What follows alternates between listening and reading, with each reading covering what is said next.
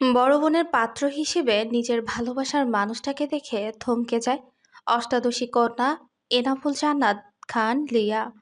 ক্রাশকে আকস্মিক নিজ বাড়ির লিভিং রুমে দেখে লিয়া আশ্চর্য হয়। সিঁড়িতে পা রাখার সাথে সাথেই লিয়ার দৃষ্টি যায় ড্রয়িং রুমের সোফায় বসে থাকা মেহমানদের দিকে। এই তো মিনিট পাঁচেক আগেই তুলে গিয়ে উচ্ছ্বাসিত হয়ে বলেছিল, পাত্রের মা-বাবা, পাত্র আর কাজিন এসেছে। স্যুট-বুট পরিহিত পাত্রকে দেখতে খুব সুন্দর লাগছে। এক কথায় সো হ্যান্ডসাম, লুকিং বিউটিফুল। সোফায় বসা সুটবুট পরিহিত সুদর্শন মানবকে দেখেই লিয়ার পাজোড়া যেন জমিনে আটকে যায়। মাথাটা কেমন চক্কর দিয়ে ওঠে। দুহাতে সিঁড়ির রেলিং চেপে ধরে বার কয়েক পলক ঝাপটায়। বিস্ফোরিত নয়নে তাকিয়ে মনে মনে আওড়ায়, আপনাকে তো ঘুমের মধ্যে স্বপ্নে দেখতাম। আপনি প্রায়ই আমার স্বপ্নে আসেন। আজ হঠাৎ অনাকাঙ্ক্ষিতভাবে আমি জেগেই আপনাকে এই সময় দেখতে পাচ্ছি।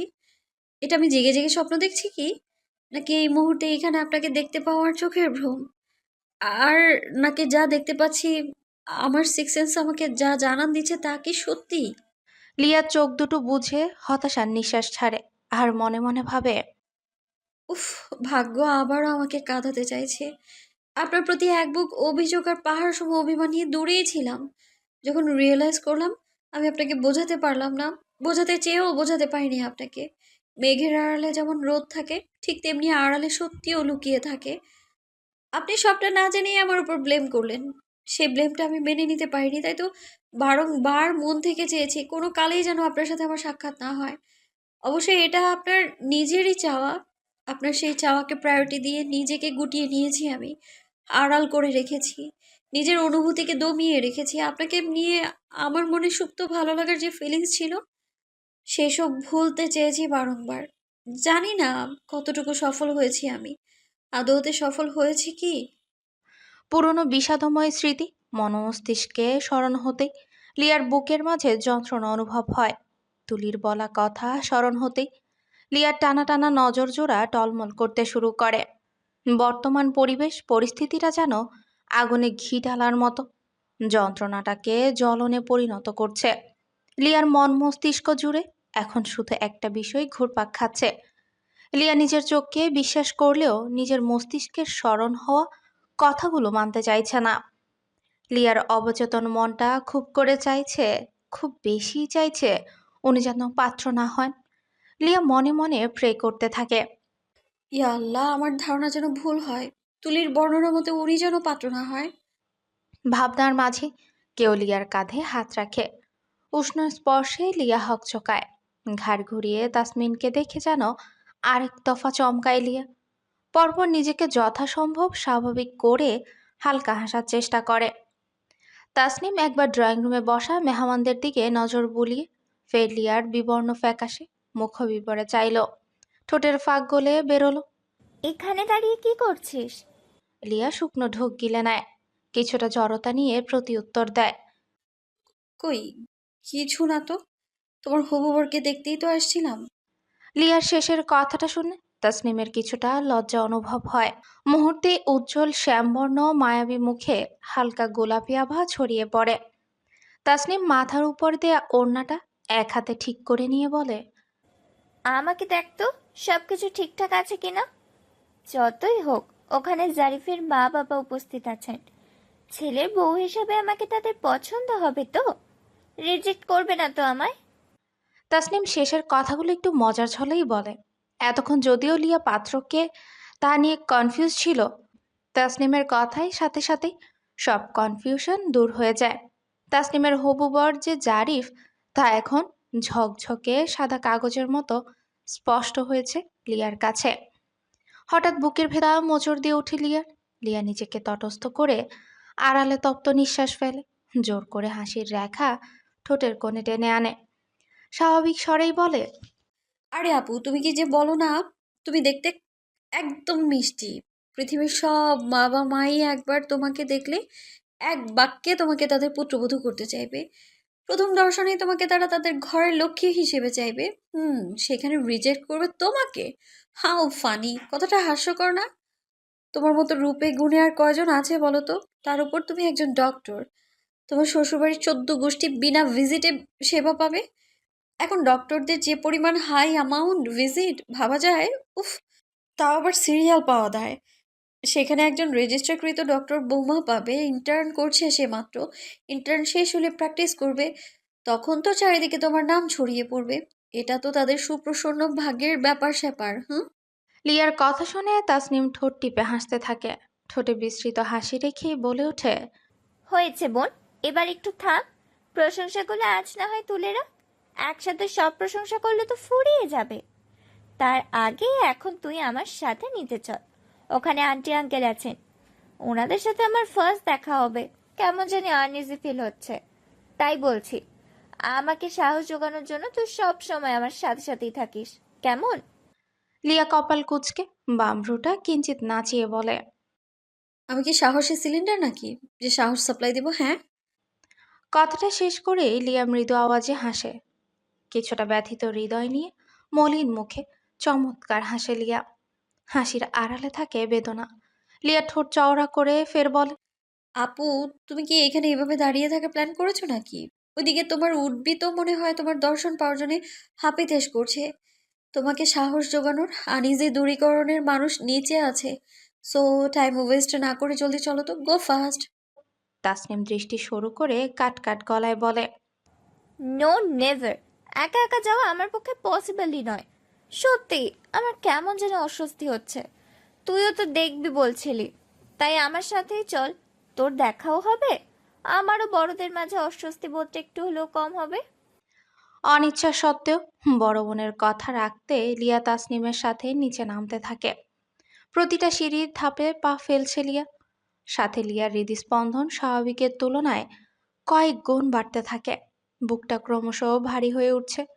না চাইতেও নীল বেদনায় বুকটা ছেয়ে যাচ্ছে। একাসন বিশিষ্ট রাজকীয় সোফায় জান্নাত বেগম বসে আছেন।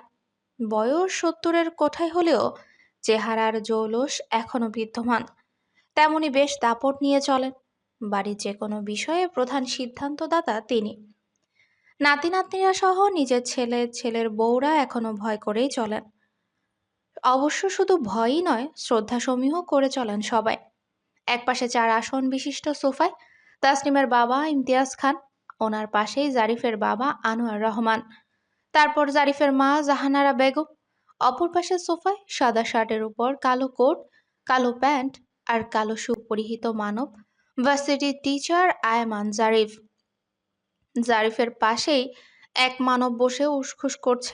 টি শার্টের উপরে চেক শার্ট পরা আর শার্টের বোতামগুলো খুলে রাখা।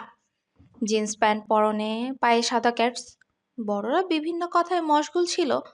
জারিফ ফোনে কল করছিল। নীল বসে বসে বোর হচ্ছিল। নীল সোফায় গা এলিয়ে দেয়। অতঃপর জারিফের দিকে তীক্ষ্ণ দৃষ্টিতে তাকিয়ে মৃদুস্বরে বলে ওঠে, ব্রো, তোকে দেখে তো মনে হচ্ছে তুই পাত্রী দেখতে না এসে কোনো শোকসভায় আসছিস। এ কি, রং পড়েছিস তুই? জারিফ নির্বিকার ভঙ্গিতে স্পষ্ট স্বরে শুধায়, কেন, দেখতে পাচ্ছিস না তুই? নাকি নার্সারির বাচ্চা তুই? কালার চিনিস না? অবশ্য তোকে নার্সারির বাচ্চার সাথে কম্পেয়ার করলেও ভুল হবে না, কাজ তোর জ্ঞানের পরিধি নার্সারি বাচ্চাদের সমানই। জারিফের অপমানজনক কথাটা শুনে নীল মুখটা কাচুমাচু করে ফেলে।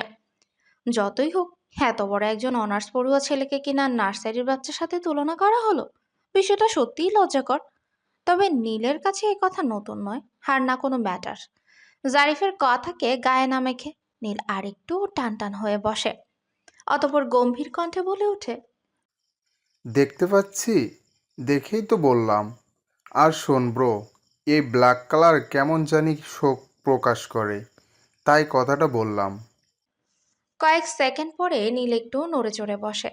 বিরক্তিকর গলায় ফের বলে, পাত্রী দেখতে আসছি, অথচ পাত্রীর কোনো নামগন্ধই নেই। উফ, কি যন্ত্রণা! এখানে বসে বড়দের বিরক্তির কথাবার্তা গিলতে যাচ্ছে। পাত্রী আসবে, সাথে 2-4টা সুন্দরী কাজিন কিংবা বান্ধবী আসবে, তাদের সাথে আলাপ করব। কোন মেয়ের সাথে তোর আলাপ মানে তো ফ্লার্টিং, আর ট্যাপ ট্যাপ করে মেয়েদের দিকে তাকিয়ে থাকা। নীল জিহ্বায় কামড় দিয়ে সাথে সাথেই প্রতিবাদ করে বলে, ছি ছি ছি ব্রো, আমার মতো ইনোসেন্ট ছেলের নামে এমন মিথ্যাচার তুই করতে পারলি? It's not fair bro.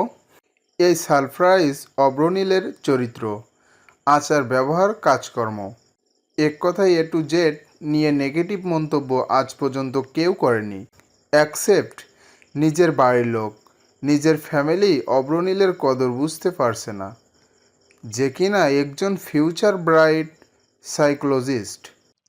শেষের কথাগুলো ক্ষীণস্বরে ভাব নিয়ে বলে নীল। জারিফ দৃষ্টি ফোনে রেখে মিটিমিটি হাসে। নীল ছোট্ট করে শ্বাস টেনে নেয়। এক হাতে শার্টের কলারটা একটু টান টান করে নিয়ে আয়েশ করে বসার চেষ্টা করে। অতঃপর কিছু মনে হতেই নীল কৌতূহলী দৃষ্টিতে তাকিয়ে উৎসুক হয়ে বলে, আচ্ছা ব্রো, সকালে বড় মার আম্মু ডাইনিংয়ে বলাবলি করছিল, তাই কথাটা কানে এলো। এত ভনিতা না করে সোজা সাপটা কথা বল। যদিও আমি গেস করেছি তুই কি বলবি। জারিফের কথাগুলো শুনে নীলের কপালের ভাঁজ প্রগাঢ় হয়। কপালের ভাঁজ কিছুটা সরল করেই বলে, পাত্রী আই মিন হবু ভাবি নাকি তোর পরিচিত? আগে থেকেই তোদের মধ্যে অ্যান্ডারস্ট্যান্ডিং আছে। আরও ক্লিয়ার করে বললে। থাক, তোকে আর ক্লিয়ার করে কিছু বলতে হবে না। আর হ্যাঁ, ও আমার পরিচিত। She is well known to me. Neel অভিযোগের সুরে বলে, তাহলে আমাকে কোনো একবারও মিট করাসনি? হ্যাঁ, আর মিট না হয় বাদই দিলাম, অন্তত পক্ষে ছবি টবি তো দেখাতে পারতি। আমার পছন্দের জিনিসে তো তোর আবার ভাগ বসানোর স্বভাব। বলো তো যায় না পোশাক আশাকের মতো আবদার করে বসতে। যদিও তোর থেকে সিনিয়র হবে, তবুও তোকে বিশ্বাস নেই। তোর থেকে 5 বছরের বড় রুম কি তার সাথে শুনেছে তুই ফ্লার্ট করিস। এই ব্রো, এগুলো জাস্ট টাইম পাস, বলতে পারিস ফানও বটে, তবে জীবনসঙ্গী হিসেবে পারফেক্ট একজনকে খুঁজছি। আগে নিজে পারফেক্ট হও, তারপর। হঠাৎ জারিফ থেমে যায়। মুখের শব্দগুলো উড়ে যায়। জারিফের নজর জোড়া থমকায় যেখানে দুই মানবী দাঁড়িয়ে আছে। তাসনিমের পাশে লিয়াকে দেখে জারিফ অবাক হয়। এতক্ষণ নীলের সাথে হেনাতনা কথা বললেও মনটা বারবার চাইছিল তাসনিমের দর্শন। সেখানে জারিফের দৃষ্টি প্রগাঢ় হয় তাসনিমের পাশে থাকা টানা টানা বড় বড় কালো মিচমিচে চোখের মনির অধিকারী মানবীতে। জারিফ বিস্ফোরকর চাহনিতে কিয়ৎক্ষণ তাকিয়ে থাকে লিয়ার দিকে। লিয়াকে দেখার পরে কিছু কথা মস্তিষ্কে স্মরণ হতেই সাথে সাথে দৃষ্টি নুইয়ে নেয়। লিয়াকে দেখে জারিফের ভেতরে অনুতপ্ত বোধ জাগ্রত হয়। সাথে জারিফের মনে কিছুটা শঙ্কার সৃষ্টি হয়। জারিফ ফোঁস করেই নিঃশ্বাস ছেড়ে মনে মনে আওড়ায়, ও শিট, এই মেয়েটা এখানে কি করছে? আর বাহ্যিক অ্যাপিয়ারেন্স দেখে তো বাইরের কেউ মনে হচ্ছে না। কজ তাসলিমের ফেসের সাথে অনেক মিল দেখছে। তার মানে এই মেয়ে এইবারের মেয়ে, নো ডাউট। সেদিন মেয়েটার সাথে মিসবিহেভ করা মোটেও আমার উচিত হয়নি। সেদিনের আচরণের কথা সবার সামনে বলে দিলে তবে সবার মধ্যে আমাকে নিয়ে ব্যাড ধারণা জন্মাবে। মেয়েটাকে কড়া করে কিছু বলতে গিয়ে ফ্যামিলির শিক্ষা বলে বলে ফেলেছিলাম। এবারে মেয়ে, বাট মেয়েটার আচরণ তো প্রকাশ করে না। কারণ যেই কয়বার মেয়েটার সাথে দেখা হয়েছে মেয়েটার মধ্যে ভালো কিছু দেখেনি। আর সেদিন তো মাত্রা ছাড়িয়ে গিয়েছিল মেয়েটার অসভ্যতামি। যাই হোক, তবু মেয়েটার সাথে ওভাবে রূঢ় আচরণ আমার চরিত্রের সাথে কোনোভাবেই মানা যায় না। তারপরেও জানি না সেই সময় আমার কী হয়েছিল, একটু বেশি হয়তো। এত সময় সুন্দর আনন্দ ঘন অবস্থা বিরাজ করছিল জারিফের হৃদয়ে। মুহূর্তে সে জায়গায় আশ্রয় নেয় অপরাধবোধ, অনুশোচনা। ২৬ বছরের জীবনে জারিফের মনে পড়ে না কখনো কাউকে কথা বা কাজ দিয়ে হার্ট করেছে, আর বা কাউকে অসম্মান করেছে। কিন্তু সেদিন লিয়াকে বলা প্রতিটি কথা যখন শীতল মস্তিষ্কে নাড়া দেয়, তখন জারিফ কিছুটা অনুতপ্ত হয়। জারিফের মনে হয় একটু বেশি বলে ফেলেছি বোধহয়। জারিফের অবচেতন মন আওড়ায়, আসলে সেদিন নাতাশাকে ওইভাবে দেখে আমার সেন্স ঠিক ছিল না। মানছি আমি নাতাশার ব্যাপারে খুব পসেসিভ, তারপরও মেয়েটারও যে দোষ ছিল না এমন নয়। জান্নাত বেগম উপস্থিত সবার সামনে তাসনিম লিয়াকে পরিচয় করিয়ে দেন। তাসনিম সালাম দিয়ে কুশলাদি বিনিময় করে। অতঃপর জাহানারা বেগম তাসনিমকে নিজের পাশে বসিয়ে হাসি মুখে কোমল গলায় বিভিন্ন কথা বলেন। জাহানারা বেগমের মুখাবয় দেখে যে কেউ নির্দ্বিধায় বলতে পারবে একমাত্র ছেলের বউ হিসেবে মেয়েটাকে ওনার বেশ মনে ধরেছে। আর একরকম ভদ্র শান্তশিষ্ট মায়াবী ফেসের অধিকারী মেয়েকে না পছন্দ করবে কে? লিয়া একপাশে মাথা নুইয়ে দাঁড়িয়েছিল। ওড়নার কোনা আঙ্গুলে একবার পেঁচাচ্ছে তো আবার খুলছে। এ বাড়ির বড় বউ তাহমিনা বেগম হঠাৎ লিয়াকে উদ্দেশ্য করে শরবতের ট্রেটা দেখিয়ে আদুরে গলায় বলে ওঠে, লিয়া, সোনা মা আমার, শরবতটা সবাইকে দাও। তাহমিনা বেগম প্রথমে কথাটা তাসনিমকেই বলতে চেয়েছিল, পরে দেখলেন মেয়ে তার হবু শাশুড়ির পাশে বসা। জাহানারা বেগম বেশ উৎসুকভাবে এটা সেটা কথা বলছেন তাসনিমের সাথে। সেখানে ব্যাঘাত ঘটাতে ওনার মন সায় দিল না, তাই তো পাশে দাঁড়িয়ে থাকা লিয়াকেই বললেন। লিয়া মলিন মুখে জোর করে হাসির রেখা ফুটিয়ে মাথা নাড়িয়ে হ্যাঁ সূচক উত্তর দেয়। মাথা নেড়ে মৃদুস্বরে বলে, ঠিক আছে বড় মা। বাড়ির মেঝো বউ রাজিয়া সুলতানা, লিয়ার আম্মু, কাজের মেয়েটার সাহায্যে বিভিন্ন রকমের মিষ্টি ফলমূল কয়েক রকমের নাস্তার ট্রেনে রাখেন। লিয়া এক এক করে সবাইকে শরবত দিতে থাকে। আগে বড়দের, অতঃপর জারিফদের পাশে আসে। নীল যেন কোনো ঘোরের মধ্যে আছে, মুখে কোনো কথাই নেই। যখন বুঝতে পারলো পাত্রী তাসনিম, তখন নীলের মনে লাড্ডু ফোটে। নীল মনে মনে ভাবে, উফ, বড্ড বাঁচা গেল। এতক্ষণ তো পাত্রীকে তা নিয়ে কনফিউজ ছিলাম। ব্রো, এর নজর জোড়া ফলো করে মনে হয়েছিল পাত্রী মিস লিয়া। পরে বড় মা যখন পাত্রীকে কাছে টেনে বসালেন, তখন সব কনফিউজ দূর হলো। তার মানে শ্যামবর্ণের মায়াবী মেয়েটা ভাবি, টানটানান আর মনোহরণী, ফর্সা, ডাগর ডাগর চোখের মালকিন হলে বেআইন। নীলের এসব ভাবনার মাঝে লিয়া শরবতের ট্রেটা নীলের সামনে ধরে। এতেও নীলের কোনো হেলদোল নেই।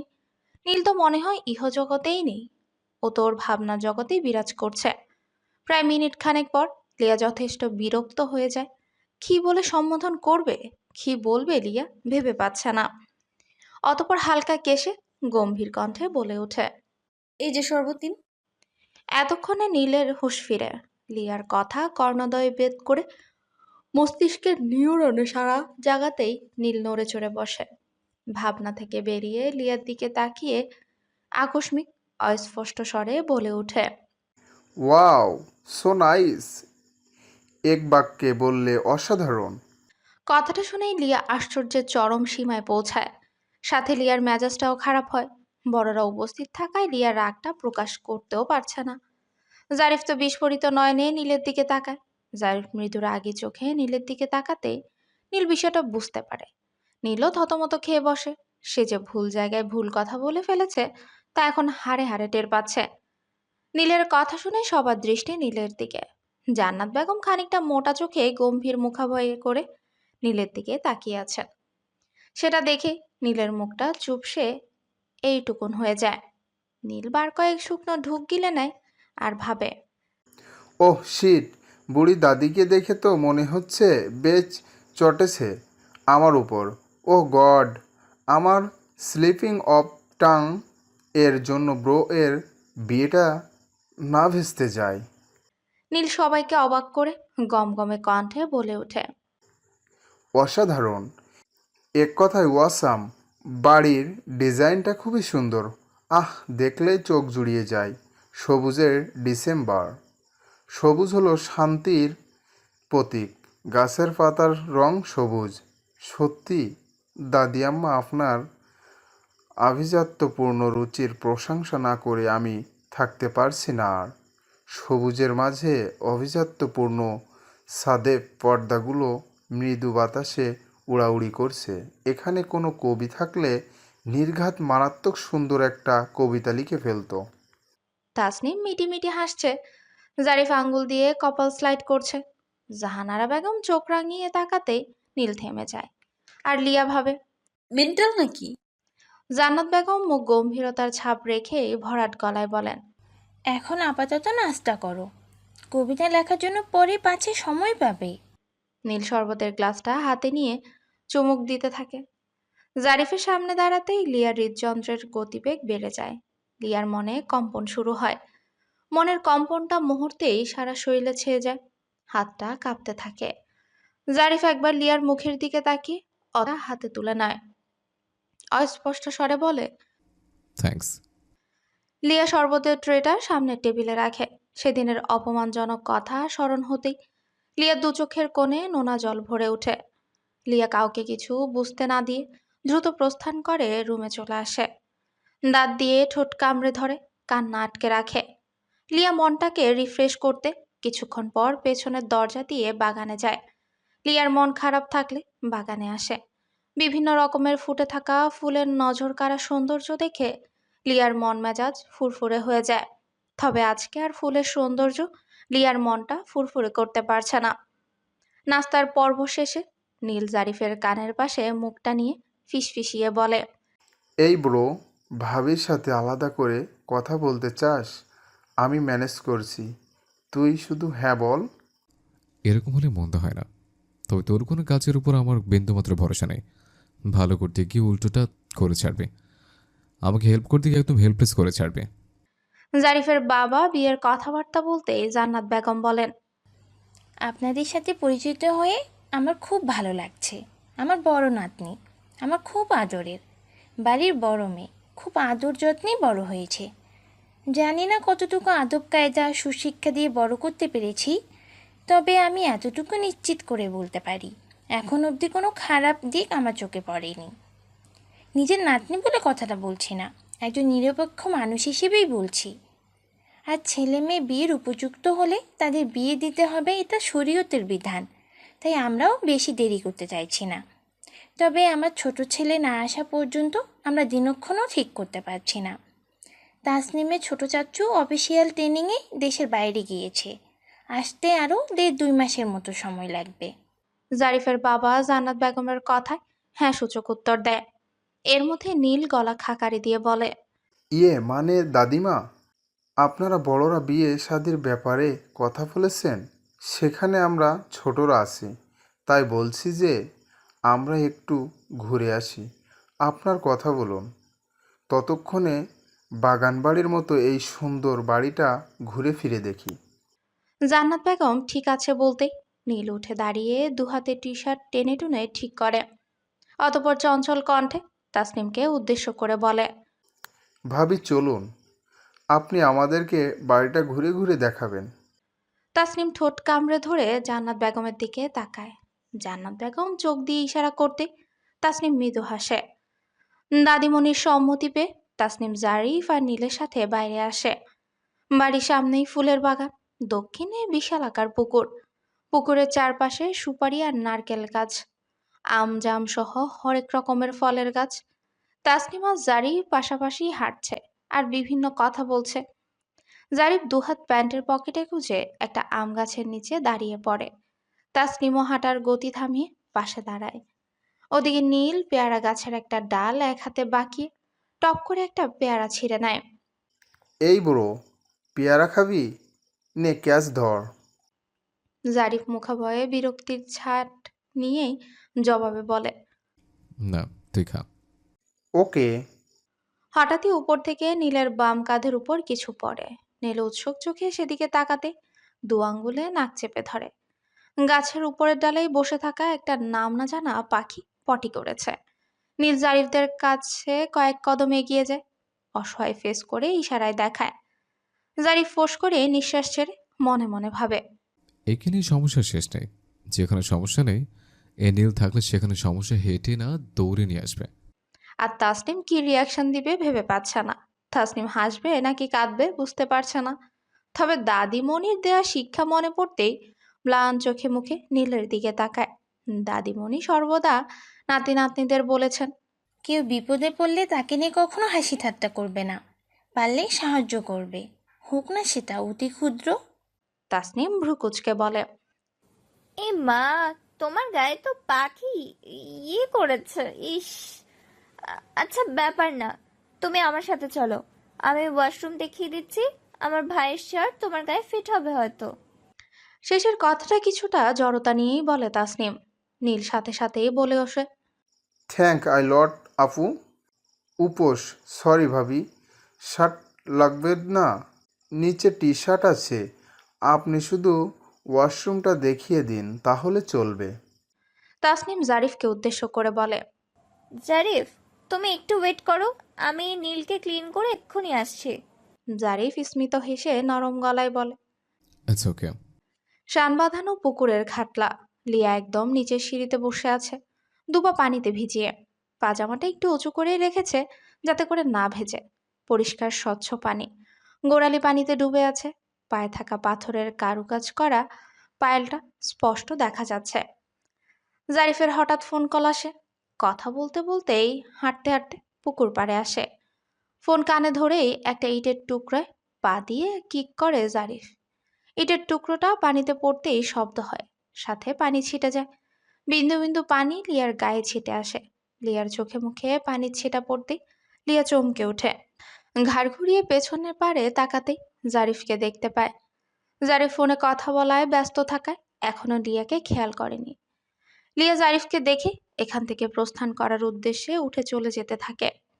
জারিফ কল কেটে ফোনটা পকেটে ঢুকাতে যাবে, সেই সময় দৃষ্টি যায় লিয়ার দিকে। লিয়াকে দেখার সাথে সাথে জারিফ গম্ভীর স্বরে বলে ওঠে। Hey you, wait, I need to talk to you. গম্ভীর গলার ডাক লিয়ার পাজোড়া থামিয়ে দেয়, যেন মুহূর্তে হৃদস্পন্দনও থমকে গেল। নিঃশ্বাস ভারী হয়ে এলো, বুকের ভেতরটা অস্থির ঝড় বয়ে যাচ্ছে। কেন এমন হলো? এত এত মেয়ে থাকতে ঠিক এই মানুষটাই কেন বড় বোনের জন্য পাত্র হয়ে এলো? এই শহরে কি মেয়ের অভাব ছিল? লিয়ার মনে হলো এ এক অবর্ণনীয় যন্ত্রণা। যদি এমনটা না হতো তবে কি খুব বেশি ক্ষতি হতো? এখন থেকে সম্পর্কের খাতিরে মানবটার মুখোমুখি হতেই হবে আমায়। লিয়া চোখ বন্ধ করে গভীর শ্বাস নেয় আর মনে মনে ভাবে, আসলে সবই তো ভাগ্যের খেলা। দাদিমণি সব সময় বলতো, জন্ম, মৃত্যু, বিয়ে এসব আগে থেকেই নির্ধারিত থাকে। যার সঙ্গে যার ভাগ্য জুড়ে দেওয়া হয়েছে তাকে কোনো না কোনোভাবে জীবনে আসতেই হয়। এতে লিয়ার নিজেরও দৃঢ় বিশ্বাস রয়েছে। লিয়ার অবুঝপনা মনটা বুঝ দেয়। উনি আমার ভাগ্যে নেই, তাহলে অকারণে মন খারাপ করার কি দরকার? কষ্ট পাওয়া, বোকামি বই আর কিছুই না।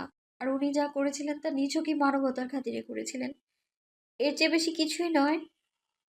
আমার জায়গায় অন্য কেউ হলেও তিনি তাই করতেন। লিয়ার ভাবনার মাঝে জারিফ হালকা কেশে দৃষ্টি আকর্ষণ করে। লিয়া নিজের দুর্বলতা প্রকাশ করতে নারাজ। ও চায় না কেউ ওর ভেতরের বেদনা বুঝে ফেলুক, তাই মনকে শক্ত করে আর নিজেকে আবৃত করে কঠিন এক খোলসে। চোখে মুখে কঠিন অভিব্যক্তি নিয়ে তপ্ত নিঃশ্বাস ফেলে মনে মনে ভাবল লিয়া। উনি আসলে চানটা কি? এখন কি নিজে থেকে আমায় ডাকলেন শুধু কথা শোনানোর জন্য? আজ আর চুপ থাকবো না। যদি উল্টাপাল্টা কিছু বলে আমিও জবাব দিয়ে দিব তাহলে। সেদিন তিনি ভুল করেছিলেন আর আমি শিক্ষা নিয়ে কথা বলার কোনো রাইট নেই আমার, হ্যাঁ? সব কথা মনে মনে গুছিয়ে নিয়ে লিয়া ধীরে ধীরে পেছন ফিরে।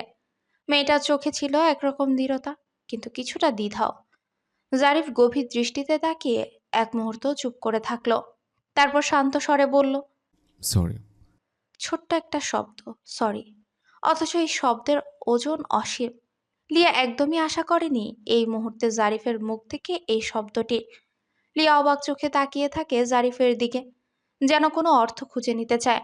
জারিফের কণ্ঠ ছিল শীতল অথচ অনুভূতিহীন। বলতে থাকে, আমার কথায় যদি তুমি কষ্ট পেয়ে থাকো, সরি। যদি তোমাকে আঘাত করে থাকি, সরি। তবে আশা করি ভবিষ্যতে তোমার কাছ থেকে এমন আচরণ আর পাবো না। ক্লিয়ার? জারিফের প্রথম বাক্যগুলো লিয়ার হৃদয়ে এক অনন্য শীতল বইয়ে দেয়। মেরুদণ্ড বেয়ে নেমে আসে এক অজানা অনুভূতির স্রোত। মনে হয় হয়তো জারিফ বুঝতে পেরেছে সেদিনের ঘটনায় লিয়ার কোনো দোষ ছিল না। কিন্তু পর মুহূর্তে ভুল ভাঙে লিয়ার। জারিফের শেষ কথাগুলো যেন এক ঝলক তীব্র বরফ ঠান্ডা বাতাসের মতো ওর বুকের গভীরে আঘাত করে। মুহূর্তেই ক্ষোভে উন্মত্ত হয় লিয়া। মেয়েটার পাতলা ঠোঁট জোড়া কেঁপে ওঠে, কিছু বলার জন্য প্রসারিত হয়।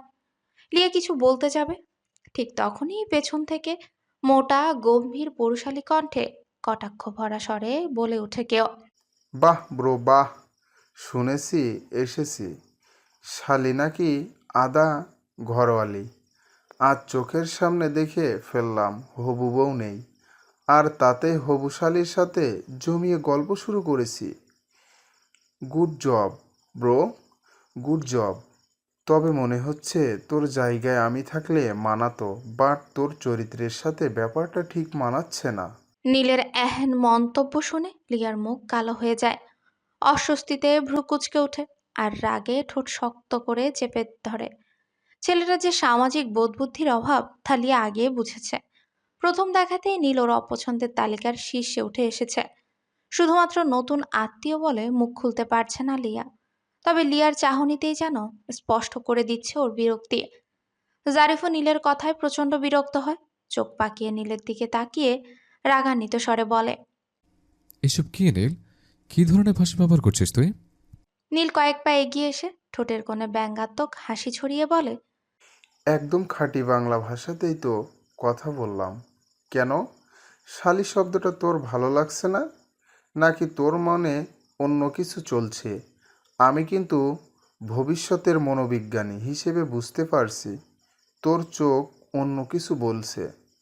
Something interesting bro. জারিফের রাগ মুহূর্তে আকাশ ছুতে লাগে। ইচ্ছে করছিল নীলের কানের পাশে ঠাস করে একটা চর বসিয়ে দিতে, কিন্তু স্নেহবোধে নিজেকে সামলে নিল। দু আঙ্গুল কপালে ঠেকিয়ে ধীর স্বরে বলল, আগে সত্যিকারে মনোবিজ্ঞানী হ, তারপর না হয়েছে বিশ্লেষণ করতে আসিস, এর আগে নয়। আর হ্যাঁ, ভুল ধারণা গড়ে তুলে অন্তত আমার উপর সেটা অ্যাপ্লাই করার চেষ্টা করিস না। তার মধ্যেই তাসনিম এসে উপস্থিত হয়। লিয়াকে দেখে কপাল কুঁচকে প্রশ্ন করে, ওহ লিয়া, তুই এখানে? মেজমা তোর কথা জিজ্ঞেস করা হচ্ছে। আমি তো তোকে সারা বাড়ি খুঁজে বেড়াচ্ছি। কপালের উপর পড়া ঝাঁকড়া চুলগুলো এক হাতে পেছনে ঠেলে দেয় নীল। তারপর লিয়ার দিকে তাকিয়ে কণ্ঠে চঞ্চলতার সাথে বলে ওঠে, হে মিস লিয়া, আপনি তো আবার সব কিছু সিরিয়াসলি নেননি। আমি কিন্তু মজার ছলে বলেছি, জকিং করেছি। Please don't mind. লিয়া মৃদু হাসে, ঠোঁটের কোণে একটা হালকা হাসির রেখা ফুটে তোলে। ধীরে ধীরে বলে, আমার সিরিয়াসলি নেয়াতে কারো কি কিছু যায় আসে? আমি তো নিজেকে এতটা গুরুত্বপূর্ণ মনে করি না যে কেউ আমায় সরি বলবে বা আমার হৃদয়ে কষ্ট দিয়ে দুঃখ প্রকাশ করবে, এমনটা আমি কখনোই আশা করিনি। তাই মিস্টার লাল নীল, আপনাকে কোনো অতিরিক্ত গম্ভীরতা নিয়ে সরি বলার প্রয়োজন নেই। লিয়ার ঠেস দিয়ে বলা কথা বাকিরা না বুঝলেও জারিফ ঠিকই বুঝে ফেলে। কথাটা যে ইনডিরেক্টলি জারিফকে উদ্দেশ্য করে বলেছে সেটা জারিফ ভালোভাবেই ধরতে পারে। নীল খাকারি দিয়ে বলে, শুনেছি সুন্দরী মেয়েরা অনেক অভিমানী হয়, আপনার কথাই প্রমাণ পেলাম। তবে যাই হোক, ব্যাপার না। আপনার মতো সুন্দরী মেয়েদের অভিমান ভাঙাতে হলে বস্তা বস্তা সরি বলবো। আর মিস লিয়া, আপনি একটু ভুল করে আমার নাম বলবেন। আমি লাল নীল নই, আমি অভ্রনীল, সারফরাজ অভ্রনীল। শেষের কথাগুলো একটু ভাব নিয়ে বলল নীল। তাসনিম হাসি চাপতে চেষ্টা করলেও ওর ঠোঁটে একটা মিষ্টি হাসি ফুটে ওঠে। আর জারিফ তো নীলের এই ফাজলামোগুলোতে অভ্যস্ত হয়ে গেছে। হাজারবার নীলকে বলে কয়েও লাভ নেই, এসব ফাজলামো নীলের ফ্যাশন। নীলের এসব ফাজলামো আলাপন থেকে জারিফ দৃষ্টি সরিয়ে তাসনিমকে উদ্দেশ্য করে আর নরম গলায় বলে, Tasnim, I need to talk to you about Natasha. Tasnim জবাবে মাথা নাড়িয়ে বলে, শিওর। বাগানে শান বাঁধানো বসার স্থানে জারিফ আর তাসনিম পাশাপাশি বসে কথা বলছিল। লিয়া চলে যেতে যাবে, ঠিক তখনই নীল পিছু ডেকে বলে, হে মিস লিয়া, একটু থামুন। আপনার পুরো নাম তো শোনা হলো না। সুন্দর করে আমার নামটা তো জেনে নিলেন, কিন্তু নিজের নামটা তো বললেন না। নীলের কথা শুনে লিয়া চরম আশ্চর্য হয়। নীলের দিকে ঘুরে তাকায়। লিয়ার কপালে কিছুটা ভাঁজ পড়ে গেল আর মনে মনে ভাবল, হোয়াট? আমি কখন এর নাম জানতে চাইলাম? আশ্চর্য, নিজেই তো গড়গড় করে নাম বললো। কপালের ভাঁজ কিছুটা সরিয়ে নীলকে প্রশ্ন করে বলে, এই যে মিস্টার লাল নীল, ও সরি, অভ্র নীল, এই যে কি বলতে চাইছেন? হ্যাঁ, আমি আপনার নাম শুনতে চেয়েছি কখন? আমি কিছুই জানি না আপনার ব্যাপারে, ক্লিয়ার? আর আমার নাম নতুন করে কি বলবো? বেশ তো লিয়া লিয়া করে ডাকছেন আপনি। বাহ, বেআইনকে যতটা কোমল ভেবেছিলাম অতটা নয়। বেশ তেজি দেখছি। এইসব কথা মনে মনে বললেও মুখে প্রকাশ করে না নীল। হালকা কেশে গলা ঝেড়ে নেয়। কিছুক্ষণ পরে এক হাত প্যান্টের পকেটে গুজে নেয়। গলা স্বর আরেকটু নিচে নামিয়ে বলতে থাকে, ওই যে ভুলভাল নাম বললেন, এর মনও দাঁড়ালো। আমি যাতে সুন্দর করে ঠিক করে বলি। যাই হোক, তর্কে না জড়াই আমার আবার ইতিকস আছে। যা হোক, সুন্দরী মেয়েদের সাথে কখনো ঝগড়া করা ঠিক না। লিয়া, নামটা একটু টেনেই বলে নীল। অতঃপর উৎসুকভাবেই ফের বলে, লিয়া, সামনে পেছনে কিছু নেই। এখনকার মেয়েদের তো আবার ইয়া বড় নাম থাকে। কারো কারো নাম দেখে তো বাসার ঠিক মনে হয় না। এর সাথে আর কিছুক্ষণ থাকলে লিয়ার মাথাটা ধরে যাবে। আর বেকার বেকার কথা না বাড়ানোই ভালো। একটা কথা বললে এই ছেলে 10টা কথা বলবে, নো ডাউট। তাই তো লিয়া ফোর্স করে নিঃশ্বাস ছেড়ে বলে, এনাবুল জান্নাত খান লিয়া। Wow, nice name. আপনার নামের সাথে আপনার অনেক মিল আছে। এ ধরনের আপনার সাথে পরিচিত হয়ে আমার খুব ভালো লাগছে। আপনার পাশে থাকতে আমার প্যারাডাইসের সুখানুভূতি হচ্ছে। মিস প্যারাডাইস, এবার আপনার অনুভূতির কথা কিছু বলুন। লিয়া যেতে যেতে বলে, আমি যতটা জানি, কোনো চোখ দেখেনি, কোনো কান শ্রবণ করেনি, কোনো হৃদয় কল্পনাও করতে পারবে প্যারাডাইসের সুখ শান্তি। কথাগুলো বলেই লিয়া থেমে গেল। ঘাটটা ঘুরিয়ে নীলের দিকে দৃষ্টি শুরু করে তাকায়। বামভ্রুটা উঁচিয়ে সন্ধিয়ান স্বরে বলে, কি ব্যাপার কি বলুন তো? ভালোই তো দেখছি ফ্লার্টিং করতে পারেন, তবে জায়গাটা আপনার জন্য অ্যাপ্রোপ্রিয়েট নয়, বুঝলেন? একদম রং জায়গায় এসেছেন আপনি। So be careful.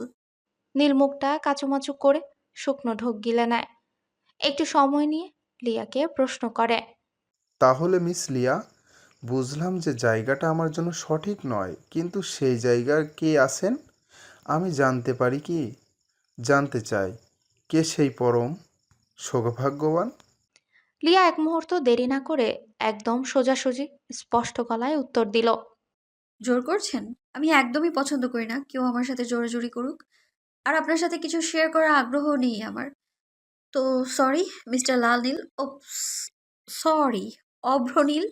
নীল ঠোঁট উল্টে একটুখানি মুচকে হাসি দিয়ে বলে, জোর নয়, এটা আমার কিউরিসিটি।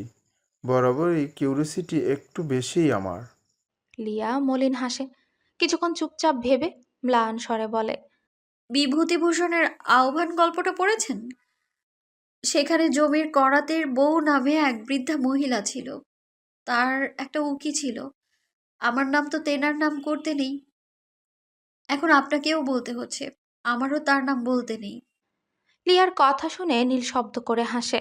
ঠোঁটের হাসির রেখা রেখেই চঞ্চল গলায় বলে, বাহ, আপনি তো দেখছি আমার মতো বেশ জোকস জানেন। মজা হলো। লিয়া মনে মনে অস্পষ্ট স্বরে মৃদু গুঞ্জন করে, বলে, কখনো কি আমি কারো প্রতি হৃদয়ে ভালো লাগার অনুভূতি পেয়েছিলাম? যদি কখনো পেয়েও থাকি, তার সারা জীবন আমার অন্তরে গোপন রয়ে যাবে।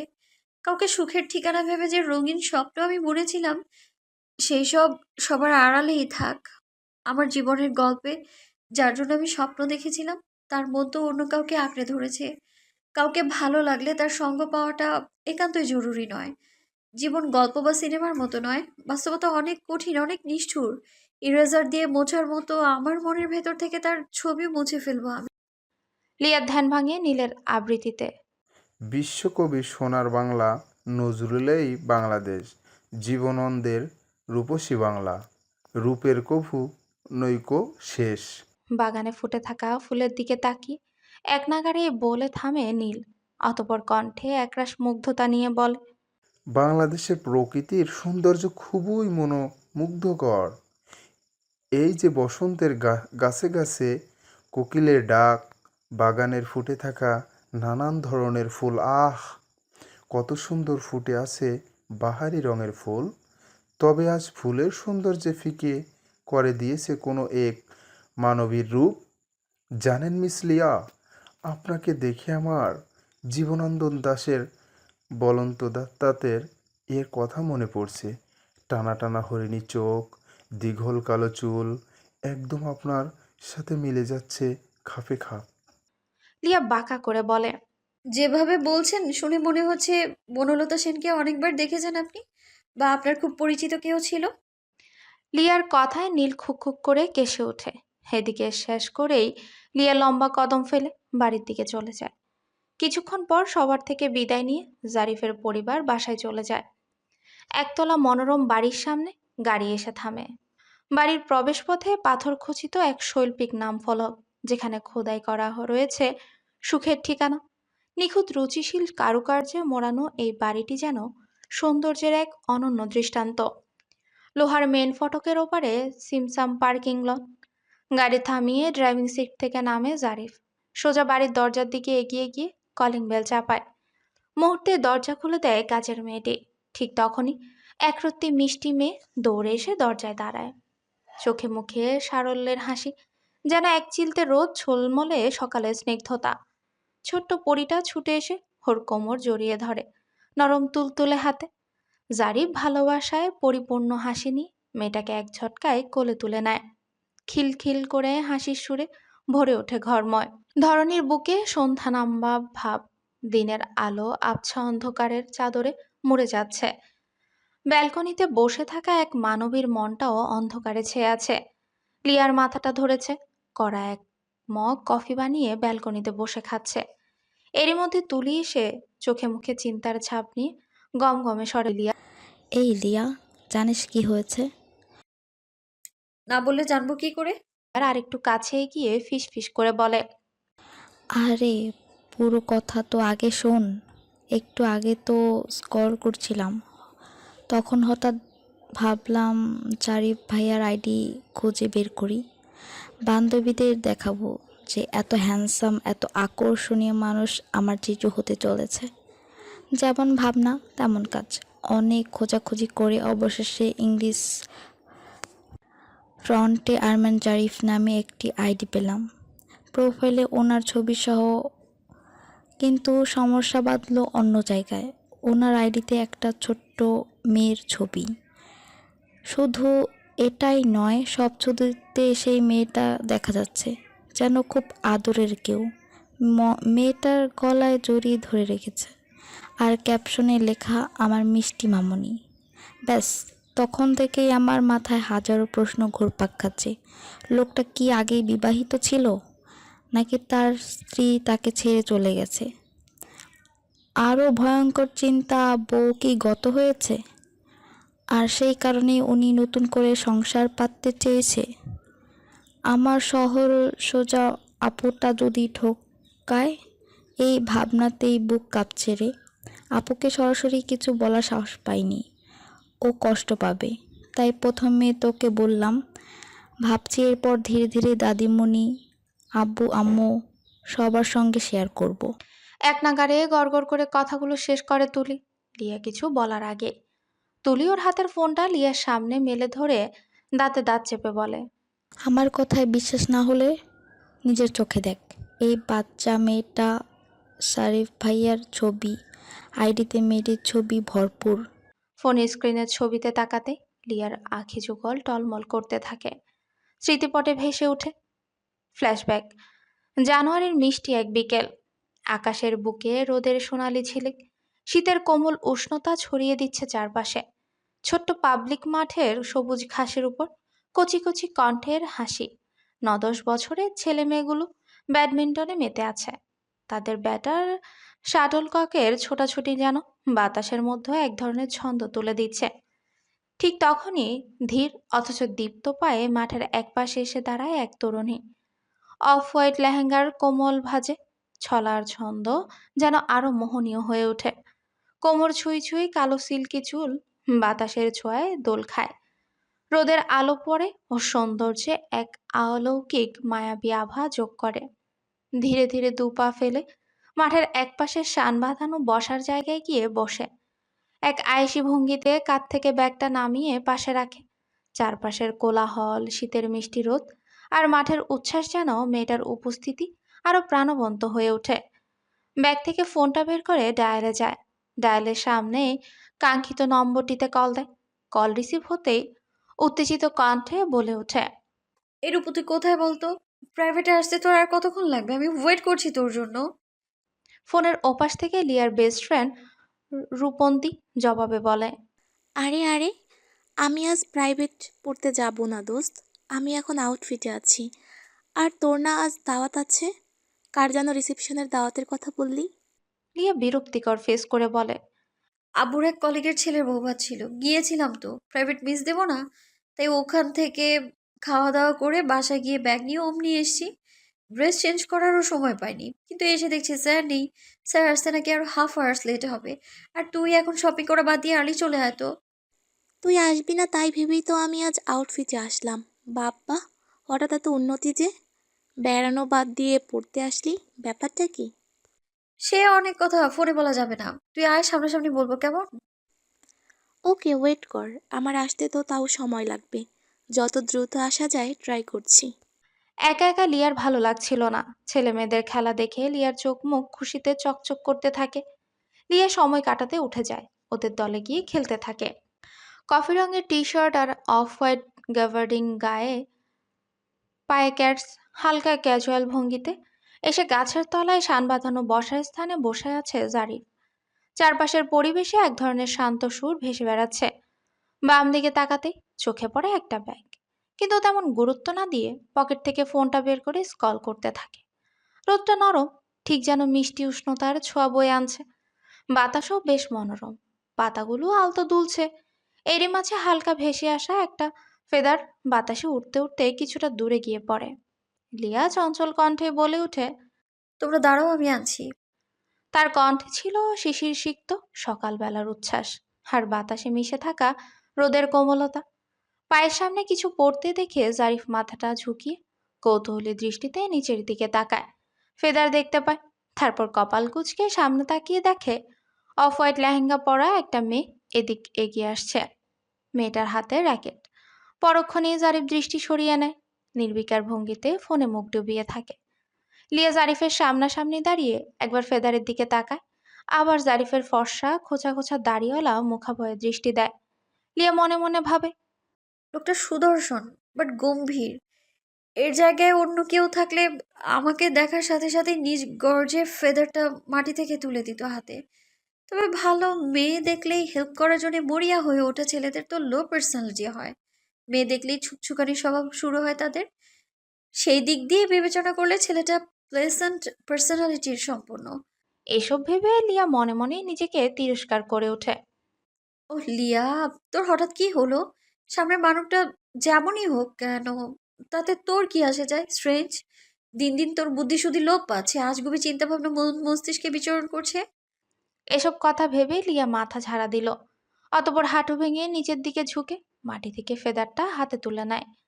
মাথা উঁচু করতে গিয়ে কিছু চুল বাতাসে জারিফের মুখের উপর আছড়ে পড়ে। জারিফ সাথে সাথে অস্পষ্ট স্বরে বলে ওঠে, কেয়ারলেস একটা। একটু আগে ঘটা ঘটনা না। লিয়া বুঝতে পেরেছে, আর না তো জারিফের বলা কথা শ্রবণ করেছে। লিয়া ফেদারটা হাতে তুলে ঝড়ের ব্যাগে মাথা উঁচু করতে গিয়ে কারো চোখে মুখে নিজের খোলা চুল পড়েছে সে সম্পর্কে লিয়া কিছুই জানে না। কারণ লিয়া অমনি পিছনে না ফিরে পা চালিয়ে বাচ্চা ছেলে মেয়েদের কাছে চলে যায়। মিনিট পাঁচেক পরে আবার ফেদারটা গাছের ডালে আটকে যায়। সেটা দেখে লিয়া অসহায় মুখ করে করুণ স্বরে বলে, শিট, বারবার অ্যাক্সিডেন্টলি ফেদারটা ওই দিকেই কেন গিয়ে পড়ছে? এবার তো গাছের ডালে আটকে গেল, উফ আল্লাহ। লিয়া বাচ্চাদেরকে উদ্দেশ্য করে অপরাধী স্বরে বলে, তোমাদের কাছে কি এক্সট্রা ফেদার আছে? তোমরা মন খারাপ করো না, আগামীকাল আমি তোমাদের ওই একটার জায়গায় দুটো ফেদার দেব আমার ভাইয়ের থেকে নিয়ে, কেমন? এক্সট্রা থাকলে সেটা দিয়ে এখন খেলা চালিয়ে যাও। জবাবে বাচ্চারা বলে ওঠে। না, আপনি এই তো বাসায় আছে। লিয়া ঠোঁট উল্টে বলে, ওকে, ব্যাপার না, চলো ওটা পারার চেষ্টা করি। গাছের কাছাকাছি যেতে একটা ছেলে বলে ওঠে, আপু, তুমি তো বড় আছো, তুমি হাত উঁচু করলে পারতে পারবে। লিয়া মৃদু হাসে। হাত দিয়ে নাগাল পাবে না লিয়া খুব ভালোই বুঝতে পেরেছে, তাই হাতে থাকা র্যাকেটটা ডান হাতে উঁচু করে চেষ্টা করতে থাকে। আর 6-7 ইঞ্চির মতো হলে নাগাল পাওয়া যাবে। লিয়া বার কয়েক চেষ্টা করে হাঁপিয়ে যায়। একে তো ভারী পোশাক পরে আছে, সেজন্য অস্বস্তি হচ্ছে। লিয়া ঠোঁট উল্টে বলে, এখন তো মনে হচ্ছে পাতলুর মতো লম্বা হাত থাকলে ভালো হতো। ইস, দরকারের সময় পাতলুর মতো হাতটা খুব জরুরি। আর যদি নবিতার মতো ডোরেমন বন্ধু থাকতো, কোনো না কোনো গ্যাজেট আবিষ্কার করে দিত বা উড়ন্ত পাখা দিত, সেটাও এই মুহূর্তে কাজে লাগতো। আফসোস, বড় আফসোস, লাইফে এমন কিচ্ছু নেই। লিয়ার কথা শুনে না চাইতেও জারিফের হাসি পাচ্ছে। জারিফ মনে মনে আওড়ায়, এত বড় মেয়ে নির্ঘাত এখনো কার্টুন দেখে। এসব কার্টুনের গল্প নাতাশার কাছ থেকে সবসময় শুনে অভ্যস্ত জারিফ। লিয়া মাটি থেকে পায়ের পাতাটা উঁচিয়ে হাতটাও যতটা সম্ভব উঁচু করে ধরে। এদিকে হাত বেশি উঁচু করার ফলে লেহেঙ্গার উপরের পাটটা উঁচুতে উঠে যায়, যার ফলে লিয়ার পর্সা পেটটা খানিকটা উন্মুক্ত হয়। রাস্তার পাশে দাঁড়িয়ে ৩-৪টে বখাটে ছেলে হাতে সিগারেট টানছে। দু ঠোঁটের মাঝে সিগারেটটার শুকটান দিয়ে ধোঁয়া উড়াচ্ছে আকাশে। ঘাড় ঘুরিয়ে মাঠের দিকে তাকাতে বাজে নজরে তাকায় সেদিকে। সাথে সাথেই পাশের ছেলেদেরকে ইশারায় দেখি বিশ্রীভাবে বলে ওঠে, ভাই এই দেখেন, মাইয়া তো দরজা জানালা খুলে রাখছে, জোস লাগছে, চিকন চাকন দেখতে হেব্বি হট। নেশা না করেই আমার নেশা ধরে যাচ্ছে। লিয়া গভীর মনোযোগে ফেদারের দিকে তাকিয়ে থাকায় আশেপাশের শব্দগুলো ওর কাছে মৃদু হয়ে আসে। বাচ্চাদের কোলাহলে কানে আবছা পৌঁছালেও সেসব নিউরনে সাড়া জাগাতে ব্যর্থ হয়। লিয়া এখনো বিষয়টা বুঝতে পারেনি। এদিকে হঠাৎ করেই শোনা যায় কিছু অশালীন কথা, যা জারিফের কানে বাজে বিদ্যুতের মতো। মুহূর্তেই চেহারায় কঠোরতা নেমে আসে। ধীরে ধীরে মাথা তুলে লিয়ার দিকে তাকায়। লিয়ার উজ্জ্বল মসৃণ ত্বকের আভা চোখে পড়তেই দ্রুত দৃষ্টি নামিয়ে নেয়। বখাটেদের মধ্যে উপরে ঝুঁটি করা চুলের একটা ছেলে সিগারেট ফুঁকতে ফুঁকতে ককদম এগিয়ে আসে। লিয়ার দিকে কুৎসিক ভঙ্গিতে তাকিয়ে বলে, এই যে সুন্দরী, শরীর দেখিয়ে আমাদের মনে আগুন জ্বালিয়ে দিয়েছো। এবার কিন্তু নেভানোর দায়িত্বও তোমার। ফুলটুসি নেবে নাকি দায়িত্ব? চাইলে একেবারে নামি দামি 5 স্টার হোটেলে বুক করতে পারি। রাজি আছো নি? বাজে ইঙ্গিত তার পেছনে দাঁড়ানো বাকি তিনজনও লোভাতুর দৃষ্টিতে তাকিয়ে বিশ্রীভাবে হাসছে। কথাগুলো শুনেই লিয়ার হুঁশ ফিরে। বুঝতে দেরি না হয় না তার। এই নোংরা কথা তার উদ্দেশ্যে বলা হয়েছে। লজ্জায় দ্রুত হাত নামিয়ে নেয়। দুহাতে লেহেঙ্গার উপরিভাগ ঠিক করে।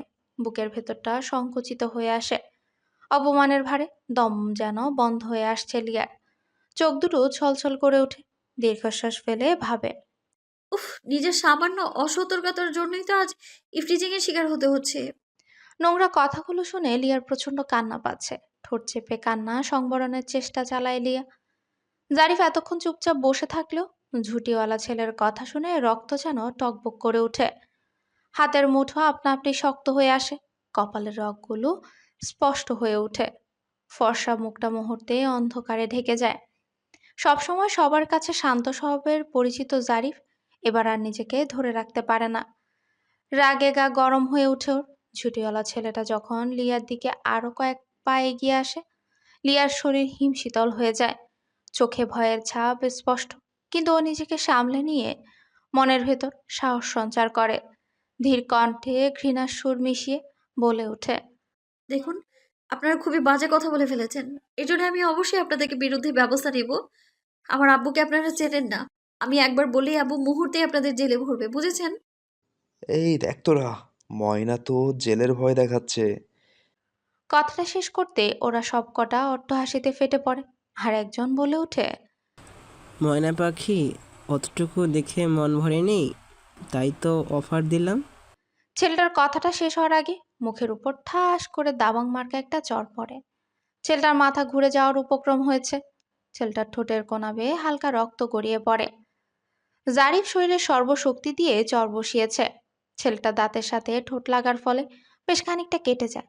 শুধু চর দিয়ে ক্ষান্ত হয়নি জারিফ, দুহাতে ছেলেটার শার্টের কলার চেপে ধরে রক্তিম চোখে তাকিয়ে দাঁত কটমট করে বজ্রকণ্ঠে বলে, সৃষ্টিকর্তা চোখ দিয়েছে নারীর শরীরের দিকে লোভত দৃশ্যতে তাকিয়ে থাকতে নয়, চোখ দিয়ে রাইট রং দেখে জীবন পরিচালনা করার জন্য।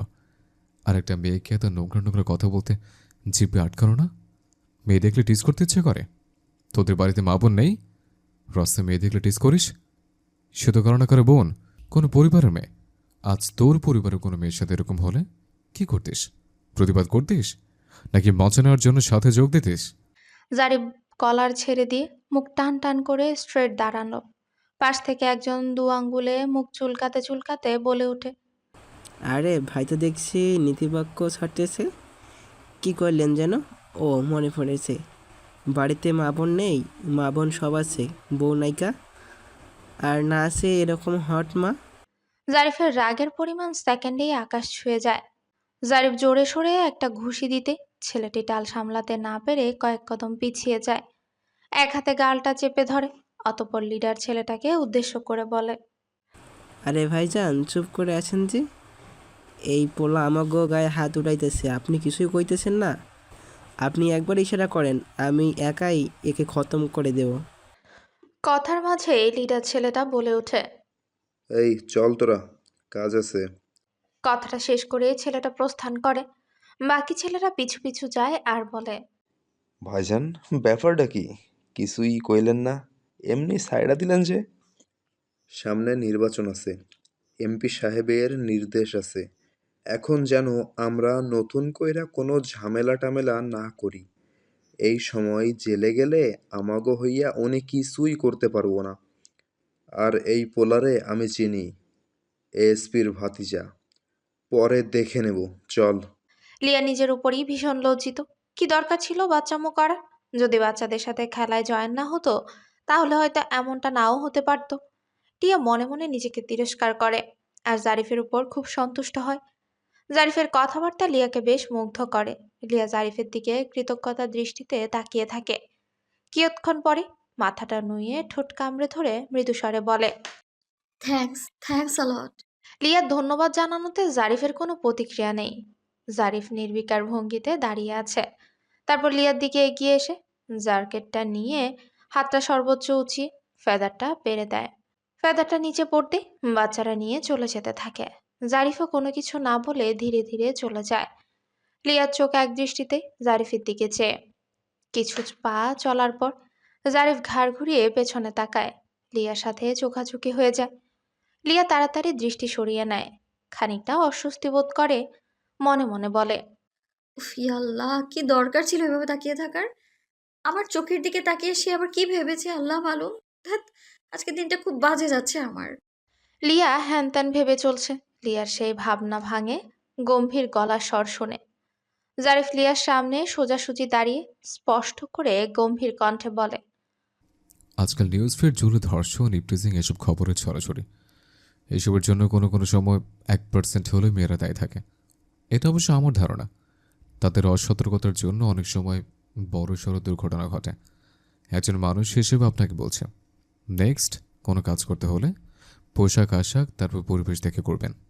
কথাগুলো বলে গটগট করে জারিফ চলে যায়। লিয়া আর চোখে তাকিয়ে রয়। মনে মনে অসংখ্য ধন্যবাদ জানালো জারিফের জন্য যে ওর হয়ে প্রতিবাদ করেছে, আর সুন্দর উপদেশ বানিয়ে দিয়ে গেছে। জারিফের চলে যাওয়ার দিকে তাকিয়ে লিয়া মৃদু হাসে। কিছুক্ষণ আগের মন খারাপ, অসহায় বোধ সমস্ত কিছুই মুছে গেল। সেখানে এক অজানা ভালো লাগার সুপ্ত অনুভূতি জন্ম নিতে শুরু করলো। লিয়া দ্বাদশ শ্রেণীর ছাত্রী। বাবা এনামুল খান মেজর, মেডিকেল কোর। বাড়ি ময়মনসিংহ জেলার উপজেলায়। বাবার চাকরির সুবাদে বিভিন্ন জেলাতেই কেটেছে শৈশব থেকে কৈশোর। আজ প্রায় 2 বছরের মতো হবে এনামুল খান ময়মনসিংহ ক্যান্টনমেন্টে এসেছেন। লিয়া ক্যান্টনমেন্ট পাবলিক স্কুল অ্যান্ড কলেজেই পড়াশোনা করে। একজন বাইরের স্যারের কাছে ফিজিক্স প্রাইভেট পড়ে ব্যাচে। ছোট মাঠটার পাশে স্যারের বাসা। মাঠটা বেশি সময় জনমানব শূন্যই থাকে, আর থাকলেও হাতে গোনা কয়েকজন মানুষই থাকে। রূপন্দির সাথে মাঝে মাঝে লিয়া মাঠটাতে এসে বসে। আজ হঠাৎ অনাকাঙ্ক্ষিতভাবে এমন হবে জানলে এদিকে ছায়াও মারাতো না। কিছুক্ষণ পর স্যারের বাসায় বড় বারান্দায় কাঠের বেঞ্চিতে শেষের সারিতে বসেছে লিয়া আর রূপন্তী। এই তো মিনিট 5 আগেই রূপন্তী এসেছে। স্টুডেন্ট সংখ্যা 15 জনের মতো হবে হয়তো। স্যার হোয়াইট বোর্ডে আইনস্টাইনের E=mc² সূত্রটি লিখে বোঝাচ্ছেন। পেছনে বসে লিয়া আর রূপন্তী ফিস ফিস করে কথা বলছে। রূপন্তী পেন দিয়ে লিয়াকে খোঁচা দিয়ে বলে ওঠে, এই লিয়া, তখন ফোনে বললি অনেক কথা আছে, সামনাসামনি বলবি। কই বলছিস না যে? লিয়া মৃদু শব্দে আহ করে রূপন্তীর দিকে কপাল কুঁচকে তাকিয়ে বলতে লাগলো, এই রূপু, আশ্চর্য, এত জোরে কেউ খোঁচা দেয়? আর সময় চলে গেল নাকি? এখন স্যার পড়াচ্ছেন, পরে বলবো, যাওয়ার সময়। রূপন্তী বাচ্চাদের মতো জিদ ধরে। আজ আসবো না করেও পড়তে আসলাম। কারণটা কি? কারণটা শুধু তুই। ভাবলাম বিয়ে বাড়িতে গিয়ে নিশ্চয়ই প্রপোজাল পেয়েছিস, সেই সব কথা আমার সাথে শেয়ার করতে চাস, তাই শোনার জন্য ছুটে এসেছি। তা দোস্ত, হবু বয়ফ্রেন্ড দেখতে কেমন, কি করে? লিয়া ঠোঁটে ঠোঁট চেপে বলে, ধ্যাত, ওরকম কিছুই না। আসলে ওখানে অপরিচিত সবার মাঝে থাকতে মোটেও ভালো লাগছিল না আমার। যতটা সময় ছিলাম বলা চলে আম্মুর শাড়ির আঁচল ধরেছিলাম। তার উপরে বিয়ে বাড়ি, কিছু অ্যালার্জি আন্টি আঙ্কেল তো থাকেনি। তাদের কাজ থাকে ঘটকালি করা। এই নিজের বোনের বা ভাইয়ের বা ননদের বা পাড়া প্রতিবেশী ছেলে সবার ছেলেদের বিয়ের দায়িত্ব নিয়েছে স্বেচ্ছায়, খুশি মনে নিজের ঘাড়ে চেপে নিয়ে বেড়ান এরা। একজন এসে তো আম্মুকে মিষ্টি করে আপা ডেকে বলেছিল, আপা, কি হয় এটা আপনার? আম্মু আমার মেয়ে বলতেই খোশ গল্প শুরু করে দেয়। এক পর্যায়ে তার দুঃসম্পর্কের ননদের ছেলের জন্য পাত্রী খুঁজছে বলছে। আম্মু তাতেও কিছু না বলে মহিলা তো সরাসরি আমাকে উদ্দেশ্য করে বলেই উঠলো। এসব কিছু শুনতে মোটেও ভালো লাগছিল না আমার, তাই চলে আসলাম। ক্লিয়ার? রূপবতী দুদিকে মাথা ঘুরিয়ে হ্যাঁ সূচক উত্তর দেয়, তারপর ঠোঁট উল্টে উৎসুকভাবে শুধায়। বুঝলাম সব। আচ্ছা লিয়া, বলতো তোর কীরকম ছেলে পছন্দ জীবনসঙ্গী হিসেবে? আর তোর বর হিসেবে ডক্টর, ইঞ্জিনিয়ার নাকি প্রশাসনিক ক্যাডার, কোনটা হলে মানাবে? এখন তো সবার ফার্স্ট চয়েস থাকে এসবে। নন ক্যাডাররা কি দোষ করলো বোন? সবাই যদি ক্যাডারকেই বিয়ে করতে চায় তাহলে নন ক্যাডারদের কি হবে? তারা তো দেখছি বউ বিনা মরবে। রূপবতী ঠোঁট টিপে হাসে, বড় বড় পাপড়িওয়ালা টানা টানা চোখ জোড়া বার কয়েক পলক ঝাপটায়, অতপর অস্পষ্ট আওড়ায়। পেশা কি সেটার থেকে বড় হলো পার্সোনালিটি। আমি মন থেকে চাই একজন প্লেজেন্ট পার্সোনালিটি সম্পন্ন মানুষ আমার জীবনে আসুক। আর বেঁচে থাকার জন্য খুব বেশি কিছুর প্রয়োজন হয় না। সম্মানজনকভাবে, মানসম্মতভাবে জীবন ধারণের জন্য প্রয়োজনীয় কিছু থাকলেই চলবে। রূপবতী মজার ছলে বলে ওঠে। দাঁড়া, তোর জন্য সরকারি চাকরিজীবী ভুঁড়িওয়ালা টাকলা দেখে একজন নবম গ্রেডের নন ক্যাডার খোঁজ করব আজকে থেকে। বারান্দার লোহার গ্রিল দিয়ে বাইরে দৃষ্টি দিতে লিয়ার নজর স্থির হয় গেটের সামনে দাঁড়িয়ে থাকা মানবের দিকে। লিয়া আরো অবাক হয়, একটা বাচ্চা মেয়েকে দৌড়ে মানবটার হাত ধরতে। জারিফ মেয়েটার হাত ধরে আছে, আর সামনে এক মেয়ে দাঁড়িয়ে কিছু বলছে। মেয়েটাকে লিয়া খুব ভালো করেই চেনে, স্যারের মেয়ে। বাচ্চা মেয়েটার কাঁধে ব্যাগ। লিয়া মনে মনে বলে, বাচ্চা মেয়েটা সুমিয়াপুর কাছে প্রাইভেট পড়তে এসেছিল মেবি। তবে ওই লোকের কি হয়, মেয়েটা নিজের বাচ্চা? এটা ভাবতে লিয়া আরো আশ্চর্যজনিত হয়। লিয়া বিস্ময়কর চাহনিতে যে অস্পষ্ট স্বরে ফের বলে ওঠে। বাবা, দেখে বোঝা যায় না, অথচ এত বড় একটা বাচ্চার বাবা। স্ট্রেঞ্জ। কথাগুলো রূপন্তীর কানে পৌঁছাতে লিয়াকে শুধায়। কার কথা বলছিস? কোন বাচ্চা আর কার বাচ্চা? কি বলছিস? পরিষ্কার করে বল। লিয়া ইশারা করে দেখিয়ে বলে। ওই যে গেটের কাছে দাঁড়ানো ইয়াং ম্যানের কথা বলছি। মেয়েকে পড়াতে বোধহয় সুমিয়াপুর কাছে আসছিল। মনে হয় প্রেম টেম করে অল্প বয়সে বিয়ে শাদী করেছিল। আর বছর ঘুরতে না ঘুরতেই বাচ্চা কাচ্চাও ডাউনলোড করে ফেলেছিল। রূপন্তী ঘাড় ঘুরিয়ে জারিফকে দেখে নেয়, তারপর লিয়ার দিকে সন্ধিহান দৃষ্টিতে তাকিয়ে বলে। ব্যাপার স্যাপার কি? লোকটাকে নিয়ে তোর এত কৌতূহল কিসের দোস্ত? লোকটার উপর ক্রাশ ট্রাশ খাসনি তো? লিয়া ভাব নিয়ে বলে। ক্রাশ খাবো আমি? তাও আবার বিবাহিত এক বাচ্চার বাপের উপর? ইম্পসিবল। আর যদি বলি লোকটা অবিবাহিত, বাচ্চাটা ওনার না, বাচ্চাটা অন্য কারো, তখন? রূপন্তীর কথা শুনে জারিফ আর বাচ্চা মেয়েটার সম্পর্কে জানতে লিয়ার কিউরিসিটি আরো কয়েকগুণ বেড়ে যায়। লিয়া চোখে মুখে উৎসুকতা নিয়ে প্রশ্ন করে ওঠে। এই রূপু, তুই চিনিস ওনাকে? কিভাবে? রূপু সোজা হয়ে বসে, লিয়ার উৎসুক মুখাবয়ের দিকে তাকিয়ে বলে। চিনি, আমার ভাইয়ার ফ্রেন্ড। বাচ্চাটা ওনার বোনের মেয়ে। ওনার বোন নাকি এই মেয়েকে জন্ম দিতে গিয়ে মারা গিয়েছে। আর মেয়েটা ওর নানু বাড়িতেই থাকে সেই জন্ম থেকেই।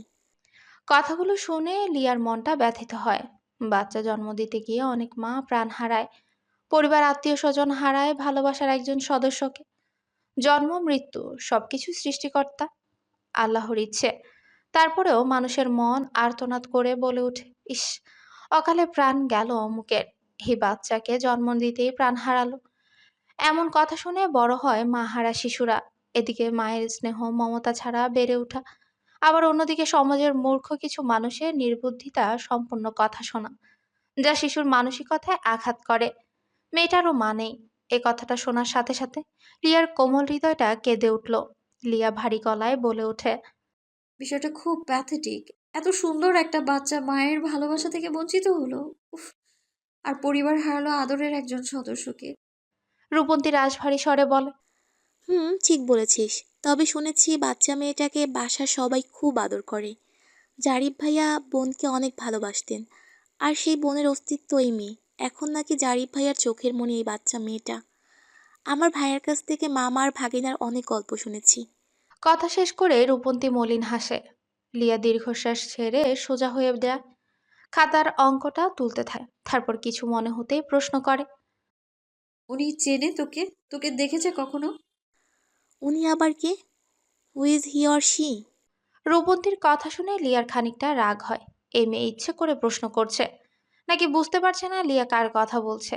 লিয়া কপাল কুঁচকে দাঁতে দাঁত পিষিয়ে বলে, এতক্ষণ যার কথা বলি, ওই যে বাচ্চা মেয়েটার মামা, তোর ভাইয়ের ফ্রেন্ড, ওই জারিফ না কি যেন তার কথা বলছি।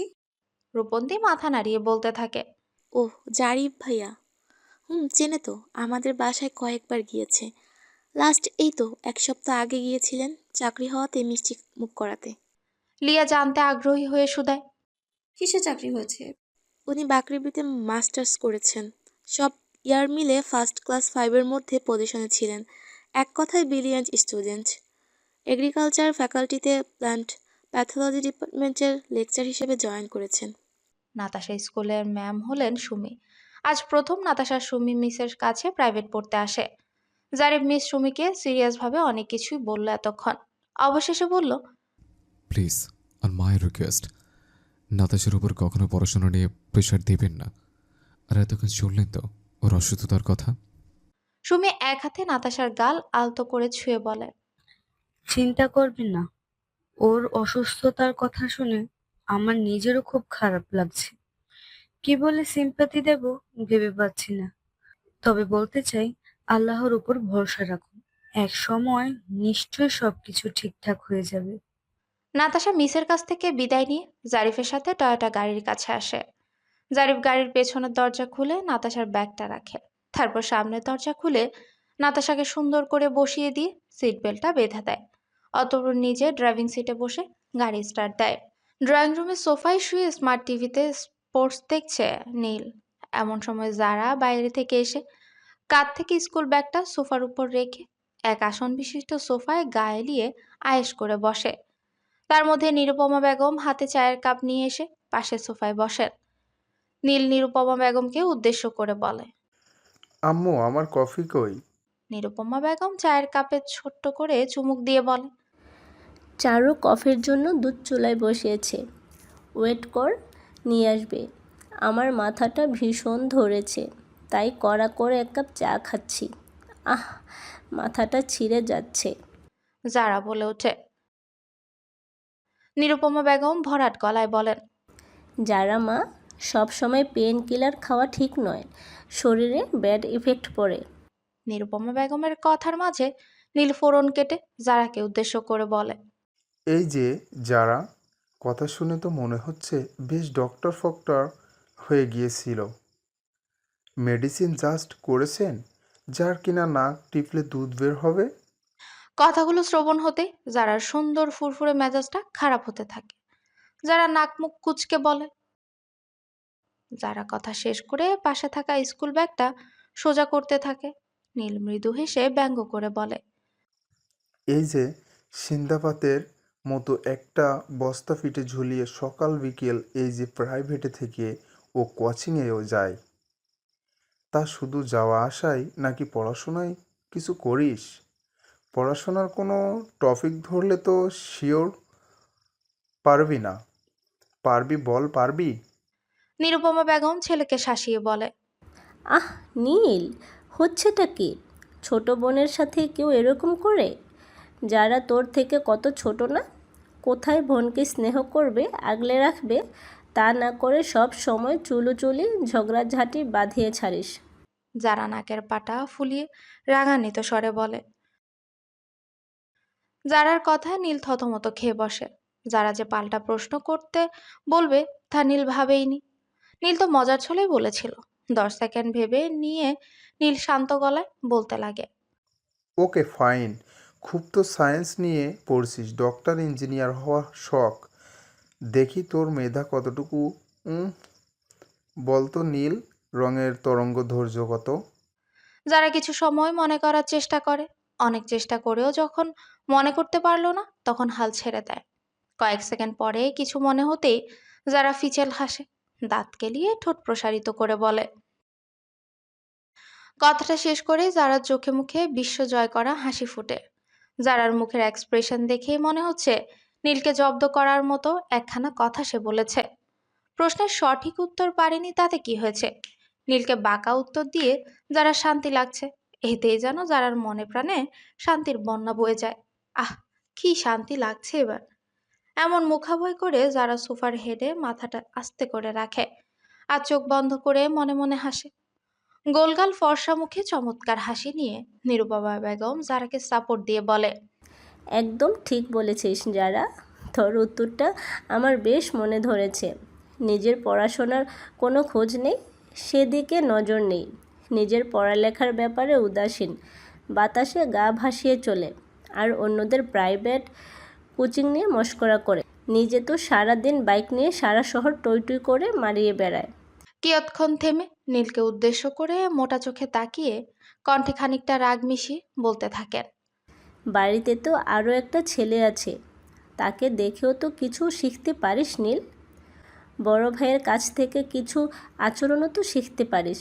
এই যে জারিফকে দেখ, কত সুন্দর নিপুণতার সহিত সব কিছু করে। ছেলেটার সব দিকে নজর দিয়ে চলে। ভাবি হাই প্রেশারের মানুষ, প্রায় সময় অসুস্থ থাকে। আবার যারার প্রাইভেট কোচিং আছে, নাতাশাকে নিয়ে মিসের কাছে পড়াতে দিয়ে ওদের অপেক্ষা করার অবস্থা নেই। জারিফ নিজেই নাতাশাকে নিয়ে গিয়েছে, জারিফকে বলা কওয়া লাগেনি। আবার নাতাশাকে চেক আপ করাতে একাই নিয়ে যায়। জারিফ নিজ থেকে দেখে শুনে চমৎকার করে সব কিছু সামলে নেয়। আর তুই কানের পাশে হাজারবার ঘ্যান ঘ্যান করেও তোকে দিয়ে সুতোটিও নাড়ানো যায় না। তুই তাহলে কি পারিস? পারিস তো শুধু টাকা উড়িয়ে বন্ধুদের সাথে আড্ডা দিতে আর শপিং করতে। শুরু হয়েছে কানের পাশে ভাঙা টেপ রেকর্ডার। উফ, অসহ্য। ধ্যাত, এই পাঁচাল সকাল বিকেল শুনতে আর ভালো লাগে না। কে বলেছিল ব্রোকে সব দিক দিয়ে এত পারফেক্ট হতে? কথাগুলো মনে মনে আওড়ালো নীল, তবে মুখে সেটা প্রকাশ করেনি। এসব কিছু ভেবে মনে মনেই মাথা ঝাড়া দিল। নীল না পারছে এখানে থাকতে, আর না পারছে মায়ের কথা উপেক্ষা করে উঠে যেতে। নীল মায়ের কাছে বাদর ছেলে হতে রাজি আছে, তবে বেয়াদবি করতে রাজি না। মা যে তার ভালোর জন্যই সবসময় এমনটা বলে তা নীল ভালোই জানে, বুঝে। কিন্তু কি আর করার, অলসতার 420 স্বভাব যে নীলের শিরায় শিরায়, তাই তো পড়াশোনায় মনোযোগহীন। অন্যদিকে আড্ডাতে বাজিমাত তার। উফ, যারার উপর তরতর করে নীলের রাগের পারদ বাড়তে থাকে। এই শাকচন্নির জন্য এখন মায়ের কাছে তার বকুনি শুনতে হচ্ছে। নীল এটা ভেবে যারার দিকে কটমট চোখে তাকায়। নীলের রাগের তোয়াক্কা না করে ডোন্ট কেয়ার ভাব নিয়ে যারা উঠে দাঁড়ায়। অতপর যারা মুখ ভেঙচি দিয়ে নিজের রুমের দিকে যেতে থাকে। নীলের রুমের সামনে দিয়ে যাওয়ার সময় শব্দ করে বাজা নীলের ফোনের রিংটোনটা যারার কানে আসে। যারা কানটা আর একটু সজাগ করে শিওর হয়। তারপর ভেতরে গিয়ে নীলের রুমের বেডের উপর ফোনটা দেখে। যারা হাত দিয়ে ফোনটা ধরার আগে বেজে বেজে কলটা কেটে যায়। ফোনটা হাতে তুলে নিয়ে যারা আওড়ালো। এমন সময় আবারও রিং বেজে ওঠে। ফোনের স্ক্রিনে ইংরেজি ফ্রন্টে অ্যালিনা নামটা জলজল করছে। আবারও কল কেটে যেতে পারে এই ভেবে যারা রুম থেকে বের হয়ে কয়েক পা এগিয়ে যেতে যেতেই কলটা রিসিভ করে। রিসিভ করার সাথে সাথে ফোনের ওপাশ থেকে মেয়েলি স্টাইলি চিকন গলার স্বর ভেসে আসে। কথাটা শোনার সাথে সাথে যারার চোখ ছানা বড়া হয়ে গেল। নীল বেবি, তুমি কোথায়? আমি এতবার তোমায় কল করছি, তুমি রিসিভ করছো না যে? যারা চোখ বড় বড় করে কথাগুলো হজম করার চেষ্টা করে। ফোনের এপাশ থেকে কোনো সাড়া না পেয়ে ফোনের ওপাশের মানবী ফের মলিন স্বরে শুধালো, কি হলো বেবি, কিছু বলো না কেন? এবার আর যারা চুপ থাকতে পারলো না, হালকা কেশে গলাটা ছেড়ে নেয়। ভাব নিয়ে চিকন স্বরে, যাকে এক কথায় বলে কোকিল কণ্ঠে বলে ওঠে। ফোনের ওপাশের মানবী উৎসুকভাবে জানার জন্য প্রশ্ন করে, হু আর ইউ? যারা সেসব প্রশ্নের উত্তর না দিয়ে গট গট করে ড্রয়িং রুমে চলে আসে। নীলের সামনে দাঁড়িয়ে এক হাত কোমরে দিয়ে অন্য হাতে ফোনটা নীলের দিকে বাড়িয়ে দেয়। কণ্ঠে শীতলতা নিয়ে বলে, এই যে ভাইয়া, ফোন রেখে এখানে আইস করে শুয়ে স্পোর্টস দেখছিস? ওদিকে তোর মাম্মি তো ফোনের ওপর ফোন দিয়ে যাচ্ছে। এবার ফোনটা ধর আর কথা বল, আর তোর মাম্মিকে চিন্তামুক্ত কর। জারার কথা নীলের মাথার উপর দিয়ে যায়। নীল জারার কথার আগাগোড়া কিছুই বুঝতে পারছে না। নীল শোয়া থেকে উঠে বসে, এক হাতে কুশনটা কোলের উপর নেয়, জারার দিকে দৃষ্টি দেয়, আবার সামনের সোফায় বসে থাকা নিজের মায়ের দিকে দৃষ্টিপাত করে। নীল যেন কোনো সমীকরণ মেলাতে ব্যস্ত। নীল জারার হাতে নিজের ফোনটা দেখে মনে মনে আওড়ালো, শাকচুন্নিতা আবার কি ফোন দিয়ে এটেছে? আম্মু তো আমার সামনেই আছে, কার কথা বলছে? নীল একটু নড়েচড়ে বসে, গম্ভীর মুখাবয় করে জারার পানে সন্ধিয়ান দৃষ্টিতে তাকিয়ে বলে ওঠে, আমার জানা মতে আমার কোনো স্টেপ মাদার নেই। ঝেড়ে কাশ, কার কথা বলছিস? কি আর করে বল। জারার স্বভাব সুলভ বাঁকা জবাব এলো, তুই নিজে দেখ তোর কয়টা মাম্মি আছে, তা তুই ভালো জানিস। জারার কথাগুলো শুনে নিরুপমা বেগম ভ্রু কুঁচকে ছেলের দিকে চেয়ে আছে। এহেন কথা শুনে কপালের ভাঁজগুলো প্রগাঢ় হয়। নীল জারার হাত থেকে ফোনটা নিতে যাবে, সেই মুহূর্তে মায়ের গম্ভীর মুখখানা চেয়ে শুকনো ঢোক গিলে নেয়। তারপর কিছু ভেবেই অবাক হয়, চোখে মুখে চিন্তার ছাপ টেনে এনে বলে, আম্মু, তোমার বর আমাদেরকে না জানিয়ে কোনো অঘটনা ঘটায়নি তো? সারাক্ষণ চোর ডাকাতের পিছনে ছুটছে গিয়ে কোনো মহিলার থপ্পড়ে পড়েনি তো? কথাটা শেষ করে নিজের ফোনে নজর পড়তে নীল সাইলেন্ট হয়ে যায়। নীলের মুখের কথা হাওয়া হয়ে যায়। নীলের দুঠোঁট আর একসাথে হয়নি, বড়সড় একটা হাড় হয়ে রয়েছে, যেখানে একটা গোলগাল বড়সড় লাড্ডু অনায়াসে ঢুকে যাবে। যারা নীলের মুখের দিকে তাকিয়ে শয়তানি হাসি দেয়। ছেলের কথাগুলো শুনে নিরুপমা বেগম চোখ পাকিয়ে তাকায়। মায়ের রাগী দৃষ্টি নজরে পড়তেই নীলের মুখটা চুপসে যায়, একদম আমসত্ব হয়ে যায় নীলের মুখটা। নিরুপমা বেগম রাগী দৃষ্টি নিক্ষেপ করে ভরাট গলায় বলেন, দিন দিন তোর কথাবার্তা আর কাজকর্ম দেখে আমি চরমভাবে হতাশ হয়ে যাচ্ছি। এত বড় ছেলে, মুখে কোনো প্রকারের লাগাম নেই। নিজের বাপকে নিয়ে কেউ এমন মজা করে? দিন দিন তোর ইতুরের স্বভাব বেড়েই যাচ্ছে, আর এটা হয়েছে তোর বাপের জন্য। এক সন্তান বলে আদরে আদরে বাদর হয়েছিস।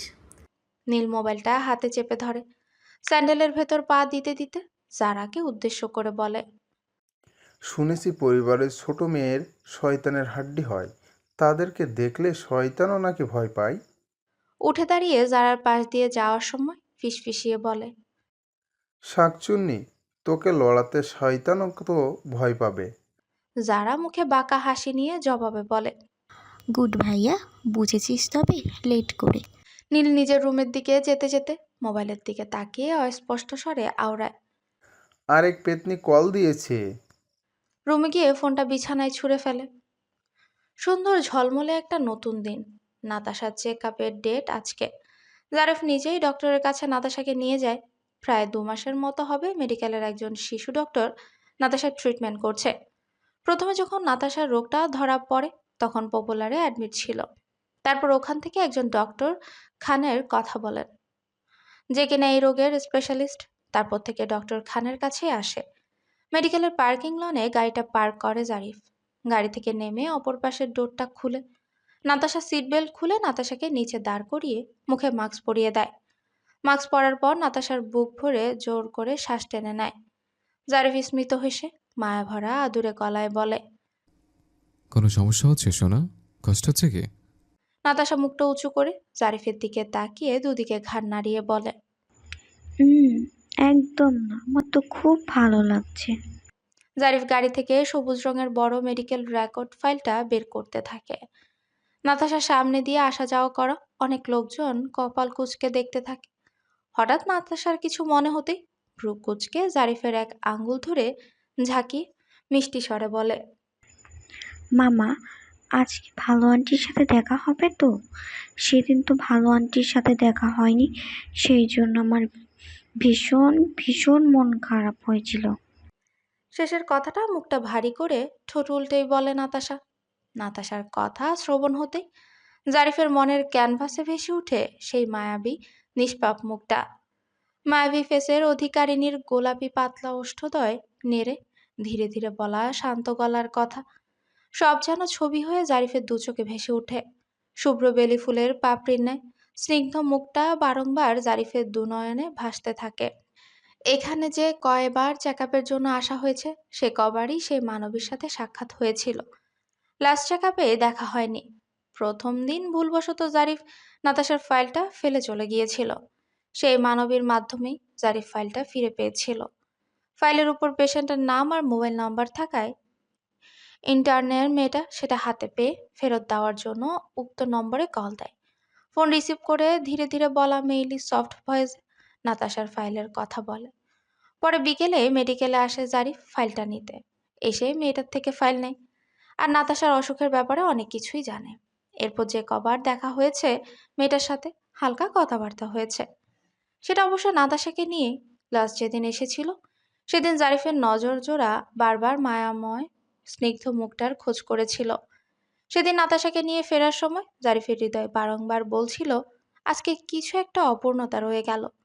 তবে জারিফের মস্তিষ্ক সেসব মানতে নারাজ ছিল, তাই তো মনের ভাবনাকে পাত্তা দেয়নি। এ কয়দিনে আর বিশেষ করে মনেও পড়েনি মেয়েটার কথা। এখন নাতাশার মুখে মেয়েটার কথা শুনে জারিফের মেয়েটার কথা স্মরণ হয়, আর মনটাও যেন তার দর্শন এক নজরের জন্য হলেও পেতে চাইছে। জারিফ নাতাশার দিকে তাকিয়ে স্মিত হেসে শুধালো, ভালো আন্টিকে তোমার পছন্দ? ভালো আন্টির কথা তোমার মনে আছে দেখছে। নাতাশা মাথা ঝাঁকিয়ে বলে ওঠে, হ্যাঁ পছন্দ তো, একটু এত নয়, অনেক অনেক পছন্দ। শেষের কথা দুহাত মেলে ধরে বলে নাতাশা। শিশু বিভাগের গেটের সামনে এসে দাঁড়ায় ওরা। গেটের দায়িত্বে থাকা আনসার সদস্য কাঠের টুলের উপর বসেই একশোকাভাবে বলে, এখন যাওয়া যাবে না, ভিজিটর অ্যালাউ হবে না, এখন রাউন্ড চলছে, একটার পরে আসুন। জারিফ কথার পাল্টা কোনো কিছুই বলল না, শুধু হাতে থাকা ফাইলটা আনসার সদস্যর সামনে ধরে। বয়স্ক লোকটার বুঝতে বাকি থাকলো না যে এনারা ভিজিটর নয়, এনারা পেশেন্ট। তাই তো লোহার গ্রিল দেওয়া দরজাটা খুলে দিল। জারিফ নাতাশার হাত ধরে এগিয়ে গেল। ডক্টর খানের কক্ষের দরজা খোলাই ছিল। এক সাইডের দেয়ালে টানানো ডক্টর আলিফ শাহরিয়ার খান, এফসিপিএস শিশু, এমডি প্যাডিয়াট্রিক নেফ্রোলজি, কনসালটেন্ট শিশু বিভাগ। দরজার সামনে দাঁড়িয়ে থাকাতেই সোজাসুজি টাওয়াল দিয়ে রাখা চেয়ারটা ফাঁকা দেখালো। তার মানে ডক্টর খান নেই, বোধহয় রাউন্ডে আছে। জারিফ নাতাশাকে নিয়ে শিশু নেফ্রোলজি ওয়ার্ডের এগিয়ে যেতে লাগলো। পরনে মিষ্টি কালারের থ্রি পিস, উপরে সাদা অ্যাপ্রন, গলায় স্টোথোস্কোপ ঝোলানো, হাতে একটা নীল রঙের প্লাস্টিকের ফাইল। নেফ্রোলজি ওয়ার্ডের থেকে বের হয়ে তাবাসসুম তাসনিম আসছে। এমন সময় সামনাসামনি জারিফের সাথে দেখা হয়। তাসনিম দাঁড়িয়ে পড়ে, জারিফও ঠায় দাঁড়িয়ে আছে। তাসনিম প্রথমে সালাম দেয়, তারপর নাতাশার দিকে ঝুঁকে এক হাতে নাতাশার নরম তুলতুলে গালে চিকন শ্যামবনের হাত ছোঁয়। আদরে মসৃণ স্বরে বলে, কিউটি বাই, কেমন আছো? কি খবর? আবার দেখা হয়ে গেল। নাতাশার চোখে মুখে খুশি উপচে পড়ছে। নাতাশা ঝকঝকে তকতকে দাঁত বের করে হাসি মুখে বলে, আমি ভালো আছি। ভালো আন্টি, তুমি কেমন আছো? ভালো সোনা, তোমার সাথে দেখা হয়ে আমার ভালো পরিমাণটা যে আরো বেড়ে গেল। নাতাশার সাথে কথা শেষ করে মাথা উঁচু করে জারিফের দিকে তাকাতেই দুজনের চোখে চোখ পড়ে। জারিফ দৃষ্টিটা সরিয়ে নেয়, তারপর আমতা আমতা করে বলে, ইয়ে, ডক্টর খানকে ওনার রুমে দেখলাম না, উনি রাউন্ডে আছেন নাকি? মুখের উপর আসা এলোমেলো কিছু চুল এক হাতে আলতো করে কানের পাশে গুজে দেয়। তারপর মিষ্টি কণ্ঠস্বরে বলে, না, আজকে স্যারের ক্লাস ছিল তো। স্যার ক্লাস নিতে গিয়েছেন, ক্লাস শেষ করে এসে তারপর রাউন্ডে যাবে। হাতে থাকা রিচ ওয়াচের দিকে তাকিয়ে সময় দেখে নিয়ে ফের কোমল গলায় বলে, এতক্ষণে হয়তো ক্লাস শেষ হয়ে গিয়েছে। আপনি ওয়েট করুন, স্যার চলে আসবে এক্ষুনি। থ্যাঙ্কস। এরই মধ্যে তাসনিমের নজর যায় নেভি ব্লু শার্টের উপর সাদা অ্যাপ্রন পরা লম্বা চৌড়া বলিষ্ঠ দেহের অধিকারী বেশ সুদর্শন মানবের উপর। ডক্টর খানকে দেখিয়ে তাসনিম বলে ওঠে। জারিফ ডক্টর খানের সাথে দেখা করে সালাম দেয়। ডক্টর খান সালামের উত্তর দিয়ে নিজের কক্ষে যান। গিয়ে নিজ আসনে বসে দুহাত টেবিলের উপর ভাঁজ করে রাখে। নির্বিকার ভঙ্গিতে সামনের চেয়ার দেখিয়ে বলে। জারিফ নাতাশাকে নিয়ে বসে। ডক্টর খান নাতাশার ফাইলটা উপরে মোটা কাঁচ সেট করা টেবিলের উপর মেলে ধরে আর ভ্রুযুগল কুঁচকে চেক করতে থাকে। তারপর অ্যালবুমিন টেস্টের রিপোর্ট দেখে জারিফকে উদ্দেশ্য করে বলে। জবাবে জারিফ বলে, ইউরিন হিট ক্লিয়ার আছে আলহামদুলিল্লাহ, রেগুলারই করা হয়। জারিফ দীর্ঘশ্বাস ছেড়ে মলিন মুখে শুধায়। আচ্ছা ডক্টর, এটা একেবারে কিওর হবে না? ডক্টর খান টেবিলের উপরে থাকা পেপার ওয়েটটা এক হাতে নাড়তে নাড়তে বলে, দেখুন মিস্টার আইমান জারিফ, আমি আপনাকে আগেও বলেছি, আবার বলছি, নেফ্রোটিক সিনড্রোম এমন একটা রোগ যা দীর্ঘমেয়াদী। এটা 15 থেকে 20 বছর পর্যন্ত বারবার হতে পারে। তবে এই রোগে আক্রান্ত 90% পেশেন্ট সৃষ্টিকর্তার অশেষ কৃপায় সুস্থ হয়ে যায়। তাই বলছি, এত ভয়ের কিছু নেই। ডক্টর খান নাতাশাকে দেখে, অতঃপর ওনার রুমে থাকা পিয়নকে ডেকে বলে, বাচ্চার বিপি মাপতে হবে, ইন্টার্নের কাউকে ডেকে দিন। এক সময় জারিফ বেশ ভদ্রভাবেই বলে, ডক্টর, আপনি তো মনে হয় এখানে কোথাও প্র্যাকটিস করেন না। গম্ভীর মোটা স্বরে সোজাসুজি বলে, না, আমি প্রতি বৃহস্পতিবার বিকেলে ঢাকায় চলে যাই, শনিবারে আবার ময়মনসিংহে আসি। ঢাকাতে আমার চেম্বার আছে, ওইখানে যেহেতু আমার বাসা, তাই ছুটির দিনগুলোতে ওখানে চেম্বার বসি। আর এখানে তো মেডিকেলে আছি, তাই আর এক্সট্রা করে চেম্বার দেওয়ার প্রয়োজন বোধ করিনি। এর মধ্যে তাসনিম আসে, এসে ডক্টর খানকে নম্র স্বরে সালাম দেয়। তাসনিমের এক হাতের মুঠোয় সুন্দর করে স্টেথোস্কোপটা মোড়ানো। তাসনিম বিপি মেপে বলে, স্যার বাই। ডক্টর খান সেটা প্রেসক্রিপশনের সাইডে লিখে রাখে, তারপর জারিফের দৃষ্টি আকর্ষণ করে বলতে থাকে, পেটনোসলিন ইউজ করার ফলে বিপিটা স্বাভাবিকের তুলনায় একটু বেশি থাকে, আর এই পেশেন্টদের ইমিউনিটি একদম কম থাকে। সেটা অবশ্য পেডনোলসিন ইউজ করার জন্য। তাই বলছি, কেয়ার নিবেন বাচ্চার, আর সব সময় এনার্জি তেল চর্বি জাতীয় ফুড অ্যাভয়েড করবেন। আর ইউরিন হিট ক্লিয়ার থাকলে আমরা ধীরে ধীরে পেডনোলসলিনের পরিমাণ কমিয়ে দেব। ডক্টর আর কিছু কথা বলেন, সাথে ওষুধও লিখে দেন, আর তাসনিমকে উদ্দেশ্য করে বলেন, মিস তাবাসসুম তাসনিম, আপনি ওনাকে সবটা ভালো করে বুঝিয়ে দিন। কথাটা শেষ করে ডক্টর চেয়ার ছেড়ে উঠে দাঁড়ায়। যাওয়ার সময় বলে, আসি মিস্টার আইমান জারিফ, আমাকে এখন রাউন্ডে যেতে হবে। জারিফ অমায়িক হেসে শব্দে বলে। শিওর। যাওয়ার সময় নাতাশার মাথায় স্নেহের হাত বুলিয়ে যায়। মেয়েটাকে দেখলেই কেমন যেন অদ্ভুত মায়া কাজ করে। একে তো মাহারা, তার উপরে এত বড় একটা অসুখ। উফ, সত্যি বিষয়টা বেদনাদায়ক। তাসনিম জারিফকে সুন্দর করে সবকিছু বোঝাতে থাকে, যদিও জারিফ সবটা অনেক আগেই বুঝে গিয়েছে। এক নজর প্রেসক্রিপশনটা দেখেই তারপরেও মুখে সেটা খোনাক করে বলল না। মেয়েটা ধীরে ধীরে বলা কোমল স্বরের প্রতিটা কথা শ্রবণ করছে। জারিফের যেন আজ বেহায়া হতে চাইছে। বারংবার জারিফের দুনয়ন চোরা চোখে মায়াবী মুখে নিবদ্ধ হচ্ছে। অবশেষে তাসনিমের থেকে বিদায় নিয়ে জারিফ নাতাশার হাত ধরে বাইরের দিকে যেতে থাকে। তাসনিম ওদের যাওয়ার পানে চেয়ে থাকে, দুহাত সাদা অ্যাপ্রনের পকেটে গুজে। হঠাৎ নাতাশা পেছন ফিরে এক হাত উঁচু করে নাড়িয়ে বলে, বাই, ভালো আন্টি। মা। তাসনিমও এক হাত নাড়িয়ে মিষ্টি হেসে বলে, বাহ, cutie pie, love you. Zarif নাতাশাকে ফলো করে পেছনে তাকায়। তাসনিমের সাথে চোখাচোখি হয়। জারিফ স্মিত হাসে, বিনিময়ে তাসনিমও মিষ্টি করে হাসে। ঘড়ির কাঁটায় রাত 8টার ঘরে। ড্রয়িং রুমের সোফায় বসে ফোন স্ক্রল করছে জারিফ। এমন সময় গলা ছেড়ে গান গাইতে গাইতে নীল আসে। এসে জারিফের পাশে হাত পা ছড়ি শটান হয়ে বসে পড়ে, মাথাটা সোফায় হেডে লাগায়। জারিফ এক নজর নীলের দিকে শান্ত চাহনিতে চেয়ে পরক্ষণে দৃষ্টি ফোনে নিবদ্ধ করে। নীল একটু নড়ে চড়ে সোজা হয়ে বসে, হালকা কেশে গলা পরিষ্কার করে বলতে থাকে, ব্রো, বাড়িতে তো তোর বিয়ের কথা চলছে। বড়মা বড় আব্বুকে এই নিয়ে কথা বলতে শুনলাম। জারিফ দৃষ্টি ফোনে রেখে বাঁকা করে বলে, তোর তো গিয়ে কোনো কাজকর্ম নেই, ফুল 20 করা, এর ওর কথা শুনে খবরদারি করা। কে বলেছে কাজ কি নেই? এসব করাই কি চারটিখানি কথা? কেউ চাইলেও কি সহজে খবরদারি কাজ করতে পারবে? পারবে না। আর সেই কাজ কি না নীল স্বেচ্ছায় করে বেড়ায়? খবরদারি কাজের জন্য কাউকে যদি নোবেল দেওয়া হতো তাহলে নীল মনে হয় নোবেলটা আগেই অ্যাসিড করতো হুম। এসব ভেবে নীল মনে মনে নিজেকে আশ্বস্ত করে।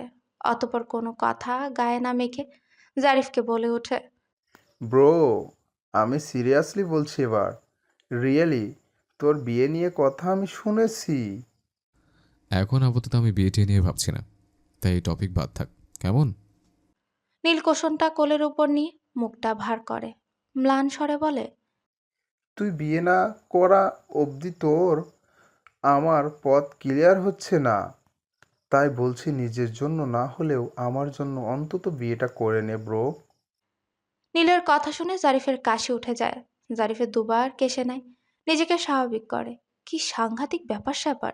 অন্যজনের জন্য হলেও নাকি জারিফকে বিয়ে করতে হবে। উফ, ভাবা যায়? এমন কথা কোনো কালে কেউ বলেছে? এটা ভাবতেই তো জারিফ অবাকের চরম সীমায় পৌঁছে যাচ্ছে। জারিফ বিস্ফোরিত নয়নে নীলের দিকে তাকায়, গলার স্বর রুক্ষ করে বলে, এসব কি কথাবার্তা তোর? আমাকে বিয়ে করতে হবে, তাও তোর জন্য? মাথা খারাপ হয়েছে আমার, নাকি বাগলা কুকুরে কামড়িয়েছে আমাকে? নীল এক হাতে কপালে হালকা করে চাপড় দিয়ে হতাশ গলায় বলে, উফ, কি জ্বালা! বললাম এক আর বুঝলি আরেক। বলছি যে তুই বিয়েটা করলে আমার পথ ক্লিয়ার হবে। বড় ভাইদের রেখে ছোট ভাই কি করে বিয়ে করে সেটা বলতে চেয়েছি। নীলের কথায় জারিফও খানিকটা বোকা সেজে যায় উল্টো বোঝার জন্য।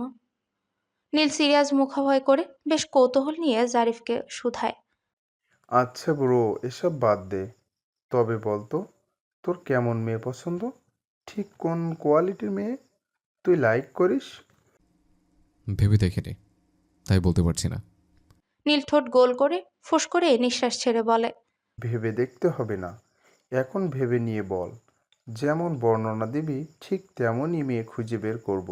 সেই মেয়ে যখনই থাকুক না কেন, উগান্ডা থাকলে উগান্ডা থেকে ধরে বেঁধে আনবো। জারিফ নীলের দিকে তাকাতে নীল থেমে যায়। 10 সেকেন্ড পরে ফের শুরু করে, তবে শুনেছি যে যেরকমটা চাই তার কপালে নাকি ঠিক উল্টোটা থাকে। জানি না তোর সাথে আবার এরকমটা হবে না তো? নীল বারবার প্রশ্নময় চোখ বন্ধ করে ভেবে নেয়। অতঃপর চোখে মুখে একরাশ মুগ্ধতা নিয়ে বলতে থাকে, শ্যামবর্ণের কোমল স্বভাবের মেয়ে আমার পছন্দ। মায়াবী ফেস, যে ফেসের দিকে তাকালে মনে হয় পবিত্র নিষ্পাপ, কোনো মেঘের ছাপ থাকবে না। কথাবার্তা যেমন নরম হবে, ঠিক তেমনি নরম মনের অধিকারী হবে। তার মধ্যে উচ্ছৃঙ্খলতার ছায়াও থাকবে না। এক কথা বলতে পারিস, বেশি চঞ্চল মেয়ে আমার পছন্দ নয়। সাথে সাথে ঠান্ডা মেজাজের কোমল মনের মেয়ে আমার পছন্দ। সর্বোপরি হাই পার্সোনালিটি সম্পন্ন একজন ভালো মনের মানুষ হতে হবে। তার অহংকার হবে তার পার্সোনালিটি, ইগো নয়, প্লেজেন্ট পার্সোনালিটি সম্পূর্ণ হতে হবে। কথাগুলো বলার সময় না চাইতেও আপনা আপনি জারিফের দু চোখে আবছা আবছা তাসনিমের ফেস ভেসে আসছিল। ব্রো, তুই হলি শান্ত স্বভাবের, ঠান্ডা মেজাজের। আবার তোর বউ, আই মিন ফিউচার ভাবি, যদি তোর মতো শান্তশিষ্ট হয় তাহলে কেমন হবে যাবেন? তাহলে কেমন হয়ে যাবেনে? তোদের দুজনের জিন এক হয়ে তোদের বাচ্চা তো আরও হিমশীতল হবে। একদম হিমালয় পর্বতের বরফের ন্যায় হবে তোর জেনেস্টিক্স বৈশিষ্ট্য। Oh no! এক নাগাড়ে কথাগুলো বলেই থামে নীল। কথা শেষ করে নীল এমন ভাবভঙ্গি করে মনে হচ্ছে এমন হলে সাংঘাতিক বড়সড় ভুল হয়ে যাবে। নীল হাঁটুর উপর কনুই ভর দিয়ে এক হাত গালে রাখে, খুব সিরিয়াস ভাবভঙ্গি নিয়ে এক মনে কিছু ভেবে চলছে। নাসার গবেষণা কেন্দ্রে বসেও কেউ এতটা ভাবুক ভঙ্গিমা করবে কিনা সন্দেহ আছে।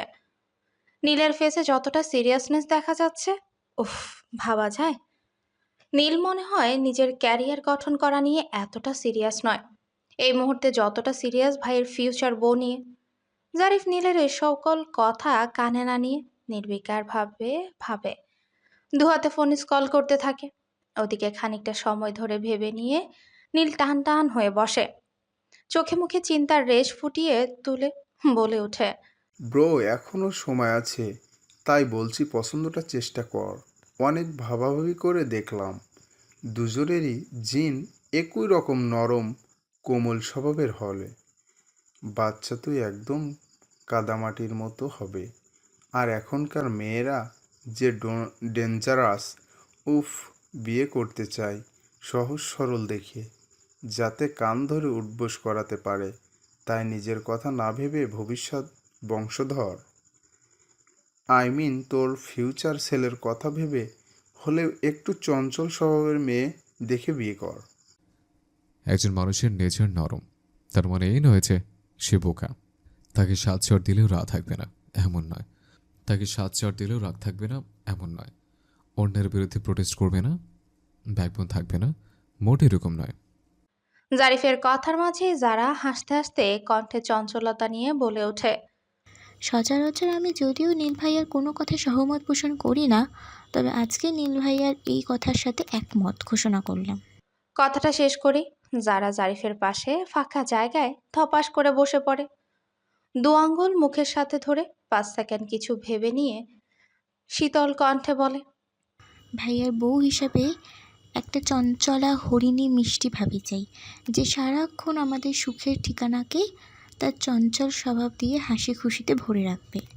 উফ, কোথায় পাওয়া যাবে এরকম ভাবি? যা টানা টানা হরিণ কালো মিচমিচে চোখের মণি, পাপড়িগুলো বেশ বড় সড়ো, ধপধপে সাদা ফর্সা, টোকা দিলেই যেন রক্ত চুয়ে পড়বে, দিঘি কালো মিচমিচে চুল, যার হাসির ঝংকারে সবাই মুগ্ধ হবে, যার সব কিছুতেই হবে আকর্ষণীয়। অর্ডার দেওয়া লাগবে। থমথমে মুখাভয় করে স্পষ্ট করে নীলের জবাব।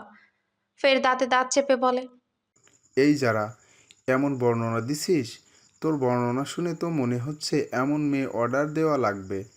তবে সমস্যা হলো, এখন অর্ডার দিলে ডেলিভারি পেতে পেতে তো ব্রো এর বিয়ের বয়স পার হবে যাবে। আর নাকি ব্রো রূপবানের মেইন ভার্সন হয়ে বউকে কোলেপিঠে করে মানুষ করবে। রূপবান যেমন রহিমকে কোলেপিঠে করে মানুষ করেছিল, ব্রো রাজি আসিস এরকম করতে? নীলের কথা শুনে যারা শব্দ করে হেসে ফেলে। যারা হাসতে হাসতে লুটোপুটি খাচ্ছে। নীল জিজ্ঞাসু দৃষ্টিতে জারিফের পানে এক দৃষ্টিতে তাকিয়ে আছে। নীলের এহেন কথাবার্তায় জারিফ নীলের দিকে কটমট চোখে তাকিয়ে উঠে দাঁড়িয়ে সোজা নিজের রুমে চলে যায়। জারিফ ভালো করেই জানে এই ফাজিলের সাথে কথা বলা মানে নিজের মান সম্মানের দফারফা করা। ডাইনিং টেবিলের উপর 2 হাতের কোণয় ঠেকিয়ে গালে হাত দিয়ে বসে আছে লিয়া। মুখটা ভার তার। রাজিয়া সুলতানা টেবিলে খাবার সাজিয়ে রাখছেন। কাজের মেয়েটা হাতে হাতে সাহায্য করছে। লিয়া একটু নড়ে চড়ে সোজা হয়ে বসে। অতপর কাঁটা চামচ হাতে নিয়ে সালাদের থেকে এক টুকরো শসা তুলে নিয়ে মুখে পড়ে।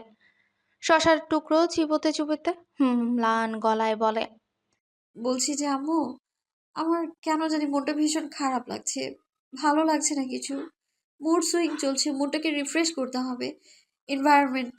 লিয়াকে থামিয়ে দিয়ে রাজিয়া সুলতানা মেয়ের দিকে শান্ত চাহনিতে চেয়ে ভরাট গলায় বলেন, এনভায়রনমেন্ট চেঞ্জ করা দরকার। এত হেয়ালি না করে সোজাসুজি স্পষ্টভাবে বললেই পারিস দাদু বাড়িতে যেতে চাচ্ছিস। এত ইনিয়ে বিনিয়ে বলা আমার মোটেও পছন্দ নয়। যা বলবি পরিষ্কার করে। লিয়া 2 হাতে টেবিলের উপর ভাঁজ করে রেখে ঠোঁট উল্টে বলে, আরে না, আগে পুরো কথাটা তো শুনবে। দাদু বাড়ি থেকে তো কয়েকদিন আগেই আসলাম। অনেকদিন হলো নানু বাসায় যাই না, নানু ভাইকে দেখি না। নানু ভাইকে খুব করে দেখতেও ইচ্ছে করছে আমার। রাজিয়া সুলতানা চেয়ার টেনে বসেন। তার ছেলের হাসি দিয়ে শক্ত কণ্ঠে বলেন, আসছে। নানু ভাইয়ের ওপর দরদ উতলে পড়ছে। ভাই বোন দুটাই তো হয়েছিস বাপের মতো। আমার বাপের বাড়ির নামই শুনতে পারিস না। এদিকে দাদু বাড়ির 14 গোষ্ঠী বলতেই পাগল। বছরে একবার বাবার বাড়ি যাই। তোদের ভাই বোনের জন্য 2 রাতের বেশি 3টা রাতও কাটাতে পারি না। মায়ের ব্লেম শুনে লিয়ার মনটা আরো খারাপ হতে থাকে। ফর্সা মুখে মুহূর্তে অমাবস্যা নেমে আসে। চোখ মুখ আরো ভার হয়ে আসে। আবার সুইচ অন করে দিয়েছি। এখন কতক্ষণ এটা চলে আল্লাহ মালুম। মায়ের বরাবরের মতো একই অভিযোগ। এইসব ভেবে লিয়া দীর্ঘশ্বাস ছেড়ে হাল ছেড়ে দিয়ে মুখটা বাংলার পাঁচের মতো করে রাখে।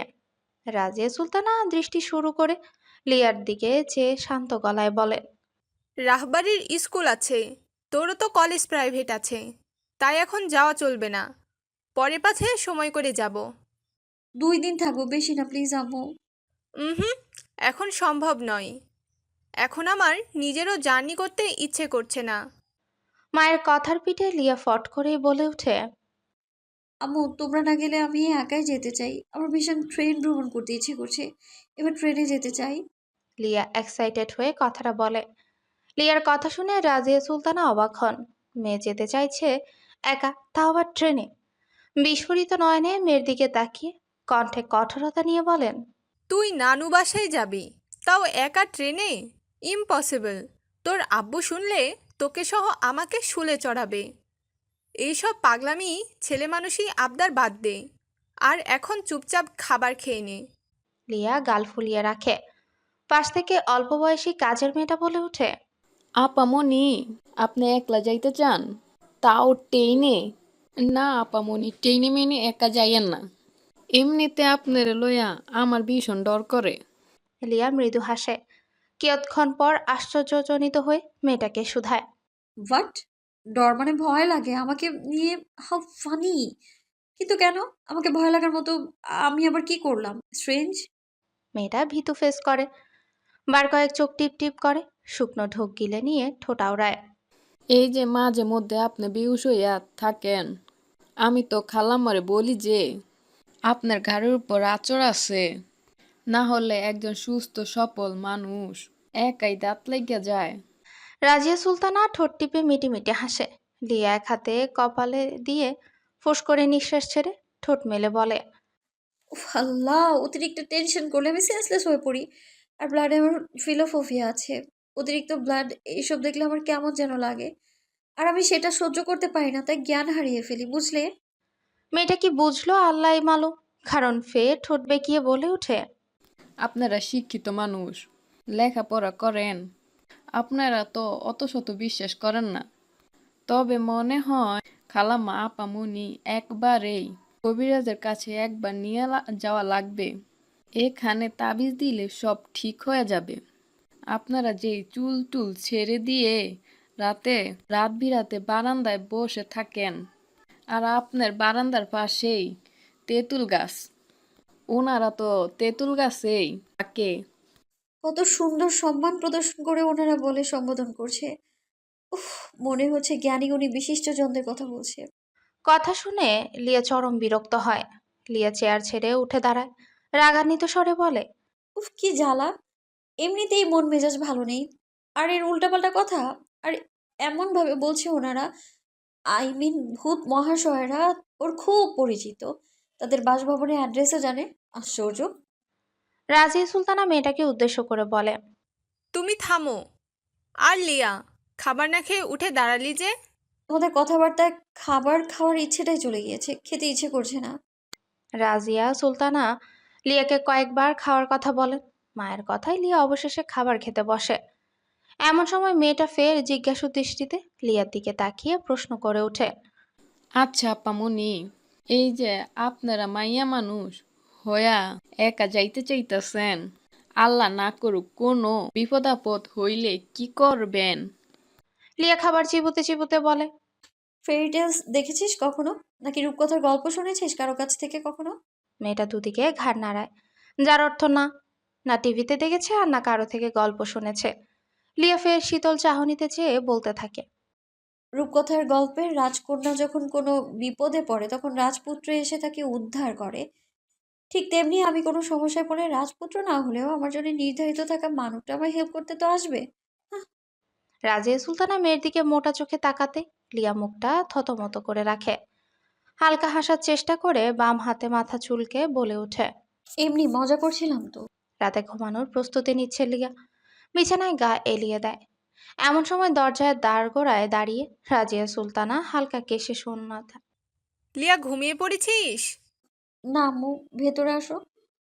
রাজিয়া সুলতানা লিয়ার মাথায় হাত বুলিয়ে দিচ্ছেন, আর লিয়া চোখ বন্ধ করে ঘুমানোর চেষ্টা করছে। মায়ের দেয়া খবরে লিয়ার মনটা পুরোপুরি না হলে অনেকটা খুশি হয়েছে। লিয়ার বাবা এনামুল খান লিয়াকে নানুর বাসায় যাওয়ার পারমিশন দিয়েছে, তবে একা নয়, আর ট্রেনেও নয়, ড্রাইভার আঙ্কেল পৌঁছে দিয়ে আসবে।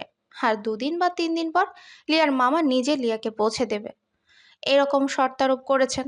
ঢাকাতে লিয়ার নানুর বাসা, কাল সকাল সকাল জার্নি করে অতদূর যেতে হবে, তাই মায়ের আদেশ এখন ফোন চালানো যাবে না, আর্লি ঘুম থেকে উঠতে হবে, তাই এখন আর্লি ঘুমাতেও হবে। নানু বাসায় বেশি মানুষজন নেই, বৃদ্ধ নানু ভাই, এক মামা মামি আর ছোট ছোট মামাতো ভাই বোন। কালকে দুপুরে নানু বাসায় আসছে লিয়া, অথচ রাত থেকে আবারও মনটা বাসায় ফেরার জন্য ছটফট করছে। পিচি পিচি দুটো মামাতো ভাই বোন, তাদের সাথে কি আর গল্প কাটানো যায়। আসার পর থেকে নানু ভাইয়ের সাথে হালকা গল্প আর পিচিদের সাথে এটা সেটা খেলেই সময় কাটিয়েছে। ভোরে আজানের ধ্বনি শুনে লিয়ার ঘুম ভেঙে যায়, আর মোড়া ভেঙে বিছানা ছেড়ে ব্যালকনিতে গিয়ে দুহাত বুকে গুজে দাঁড়ায়। গায়ের উপর পাতলা শাল চড়ানো, হাড় কাঁপানো শীত পড়ছে, ঠান্ডায় লিয়ার পুরো শরীর মৃদু কেঁপে কেঁপে উঠছে। লিয়ার এখন আফসোস হচ্ছে। বাসায় থাকলে কত মজা হতো, কলেজে গিয়ে ফ্রেন্ডদের সাথে আড্ডা দিতে পারতাম। ধ্যাৎ, ভালো লাগে না। উফ, কেন যে একা একা আসতে গেলাম। এখানকার প্রতিটা সেকেন্ড আমার কাছে ঘন্টায় রূপ নিয়েছে। আরো 2 দিন কি করে এখানে থাকবো আমি? এটা ভাবতেই লিয়ার গলা শুকিয়ে আসছে। লিয়া মনে মনে ফের আওড়ায়। যে করেই হোক নানু ভাইকে রাজি করিয়ে চলে যেতে হবে। এখানে আরো 2 রাত থাকলে দম বন্ধ হয়ে প্রাণ হারাবো আমি। জাহানারা বেগম ফজরের নামাজ আদায় করে জায়নামাজের তাসবিহ পড়ছিলেন। এমন সময় দরজায় দাঁড়গোড়ায় দাঁড়িয়ে জারিফ হালকা কেশে মা বলে ডাকে। জাহানারা বেগম জায়নামাজটা সুন্দর করে ভাঁজ করে রাখেন, তাসবিহটাও জায়গা মতো রেখে দেন। ছেলের কাছ থেকে এগিয়ে গিয়ে আধুরি গলায় বলে, উঠেছিস বাবা? চল, হালকা নাস্তা তৈরি করে দিই, খেয়ে তারপর যাবি। ভার্সিটি থেকে থিসিসের ডাটা কালেক্ট করতে জারিফকে ঢাকা যেতে হবে আজ। জারিফ মায়ের কথার জবাবে বলে, এত সকালে খাবো না। এত সকালে খাওয়া যায়? তুমি বলো। তুমি তো আমাকে ভালো করে জানো। তাই এখন কষ্ট করে তোমাকে কিচ্ছু করতে হবে না। আমি পথে কিছু একটা খেয়ে নেব, চিন্তা করো না। নাতাশা ঘুমিয়ে আছে, ওকে আর তুললাম না। অনেক করে বলার পরও জারিফ খেয়ে যেতে রাজি হলো না। অবশেষে মায়ের হাতের 1 কাপ চা সাথে বিস্কিট খেলো। মায়ের আবদার, খালি মুখে এত ভোরে কোথাও যেতে নেই। হাতে থাকা রিচওয়াচের সময় দেখে নিয়ে জারিফ মৃদু স্বরে বলে, মা, গাড়ির সময় হয়ে যাচ্ছে, এবার আসি তাহলে। ঠিক আছে বাবা। কথাটা বলেই কিছু মনে হতেই জাহানারা বেগম খানিকটা অবাক হয়, অতঃপর অবাক গলায় শুধায়, গাড়ির সময় হয়ে যাচ্ছে মানে? তুই কি বাসে যাবি নাকি? বাড়ির গাড়িই তো আছে। নীল রাতে বলেছিল ও নাকি বন্ধুদের সাথে কোথায় পিকনিকে যাবে, তাই আজকে গাড়িটা ওর লাগবে। জারিফ ছোট ভাইয়ের আবদার রাখতে বলে। ঠিক আছে। এদিকে আজকে নিজের প্রয়োজন ছিল, সেটা আর নীলকে বলেনি। জাহানারা বেগমের কাছে নীলের বিষয়টা না বলে জারিফ এমনিই খোড়া অজুহাত দিয়ে প্রসঙ্গ এড়িয়ে যায়। জাহানারা বেগম ফের মায়াময় আদর মাখা স্বরে বলে, কখন ফিরবি বাবা? ফিরতে কি খুব বেশি দেরি হবে? বেশি রাত করিস না বাবা, এমনিতেই প্রচণ্ড ঠান্ডা পড়েছে। দেখে শুনে যাস কেমন? এক্সট্রা শীতের পোশাক না হয় সাথে নিয়ে যা, যদি প্রয়োজন হয়। না, লাগবে না, পরিচিত। রওনা দিতে দিতেই বিকেল হয়ে যাবে, বাসে আসতে আসতে সন্ধ্যা পার হয়ে যাবে, টেনশন করো না। ওইদিকে লিয়ার দম বন্ধ হয়ে আসছে। লিয়ার পক্ষে নানু বাসা এখন জেলখানায় রূপ নিয়েছে। লিয়ার মোটেও ভালো লাগছে না। তাই তো লিয়া বৃদ্ধ নানু ভাইকে ইমোশনাল ব্ল্যাকমেল করে আজকে চলে আসার জন্য বলে। নানু ভাই বেচারা পড়েছে বেকায়দায়, একে তো একলা ছাড়তে পারছে না, আবার নাতির কথা তো ফেলতে পারছে না। নানু ভাই অসহায় দৃষ্টিতে তাকিয়ে করুণ গলায় বলেন, আপা আজকে থেকে গেলে হতো না? তোমার মামা তো অফিসে আছে, আর ব্যাংক থেকে ফিরতে ফিরতে তো রাত 8টা বেজে যাবে। তাই আজকে আর হবে না। কালকে অফিস থেকে ছুটি নিয়ে তোমাকে বাসায় দিয়ে আসবে, তোমার বাবা মার কাছে। আর তোমাকে একলা ছাড়লে, তোমার কিছু হলে তোমার বাবা আমাকে রক্ষা করবে না, এই বৃদ্ধকে কাঠগড়ায় তুলবে। শেষ বয়সে এসে জেলের ভাত খেতে হবে আমায়। আর এদিকে বয়সের ভারে অতটা পথ জার্নিও করতে পারি না, তাই বলছি। লিয়া তপ্ত নিঃশ্বাস ছেড়ে বলে, নানু ভাই, আজ 2 দিন আছি। আমার আর মোটেও মা বাবা ভাইকে ছাড়া থাকতে ভালো লাগছে না। আর না এখানে কেউ আছে আমার বয়সী যে তার সাথে অন্তত গল্প করে সময় কাটবে আমার। পিচিদের সাথে খেলি, তাও ওরা সারাদিন স্কুলে থাকে। আর নানু ভাই তুমি জানো তো, আমার যখন একবার যেটা থেকে মন উঠে যায়, হাজার চেষ্টা করেও মন বসাতে পারি না। আর এখন আমার মন কিছুতেই এখানে থাকতে চাইছে না। আর বলছি তো কিছু হবে না, তুমি গাড়িতে তুলে দিবা। সোজা গাড়ি ময়মনসিং চলে যাবে, তারপর ড্রাইভার আঙ্কেল এসে আমায় নিয়ে যাবে। তুমি কি আমাকে লোকাল বাসে তুলে দিবা নাকি যে হারানোর ভয় থাকবে? নাতনির একরোখা জেদ আর ইমোশনাল ব্ল্যাকমেলের কাছে পরাজিত হয়ে বৃদ্ধ নানু ভাই লিয়াকে গাড়িতে তুলে দেয়। অবশ্য ফোনে মেয়ের থেকে সম্মতি নিয়েছে, লিয়াকে লাক্সারি হিনো গাড়িতে তুলে দেয়। আগে থেকে সিট বুকিং না দেয়ায় সিটটা পেছনে হয়। বিকেল 4টা বাজে, ময়মনসিং যেতে যেতে সন্ধ্যা পেরিয়ে যাবে। লিয়াকে সিটে বসিয়ে দিয়ে নানু ভাই আড়ালে চোখের পানিটুকু মিছে নেয়। লিয়ার মাথায় স্নেহের হাত বুলিয়ে দেয়, অজস্র দোয়া করতে থাকে। লিয়া নানু ভাইকে আলতো করে জড়িয়ে ধরে বিদায় জানায়। গাড়ির ড্রাইভার সিটে বসে, গাড়ি স্টার্ট দেবে। সেই সময় নানু ভাই গাড়ি থেকে নেমে যায়। লিয়ার পাশে সিট এখনো ফাঁকা পড়ে আছে। লিয়া কপাল কুঁচকে ভাবছে, এখানে আবার কে বসবে আল্লাহ মালুম। ভালো হতো দুটো সিটি কিনে নিলে, মেয়ে মানুষ ছাড়া যদি ছেলে মানুষ বসে তখন। হায় আল্লাহ, এটা তো ভাবিই নাই। আর নানু ভাইয়েরও হয়তো তাড়াহুড়ো এসব মনে নেই। লিয়া দ্রুত গাড়ির কন্ট্রাক্টরকে ডেকে বলে। এই সুইটটা বুকিং না থাকলে আমি কিনতে চাই। জবাব এলো, সরি ম্যাডাম, সম্ভব নয়, অলরেডি এটা বিক্রি হয়ে গিয়েছে। এটা শুনে লিয়া হতাশ হয়ে জানলা দিয়ে বাইরে দৃষ্টি দেয়। সাথে এক গাদা সংশয় মনে উদয় হতে থাকে।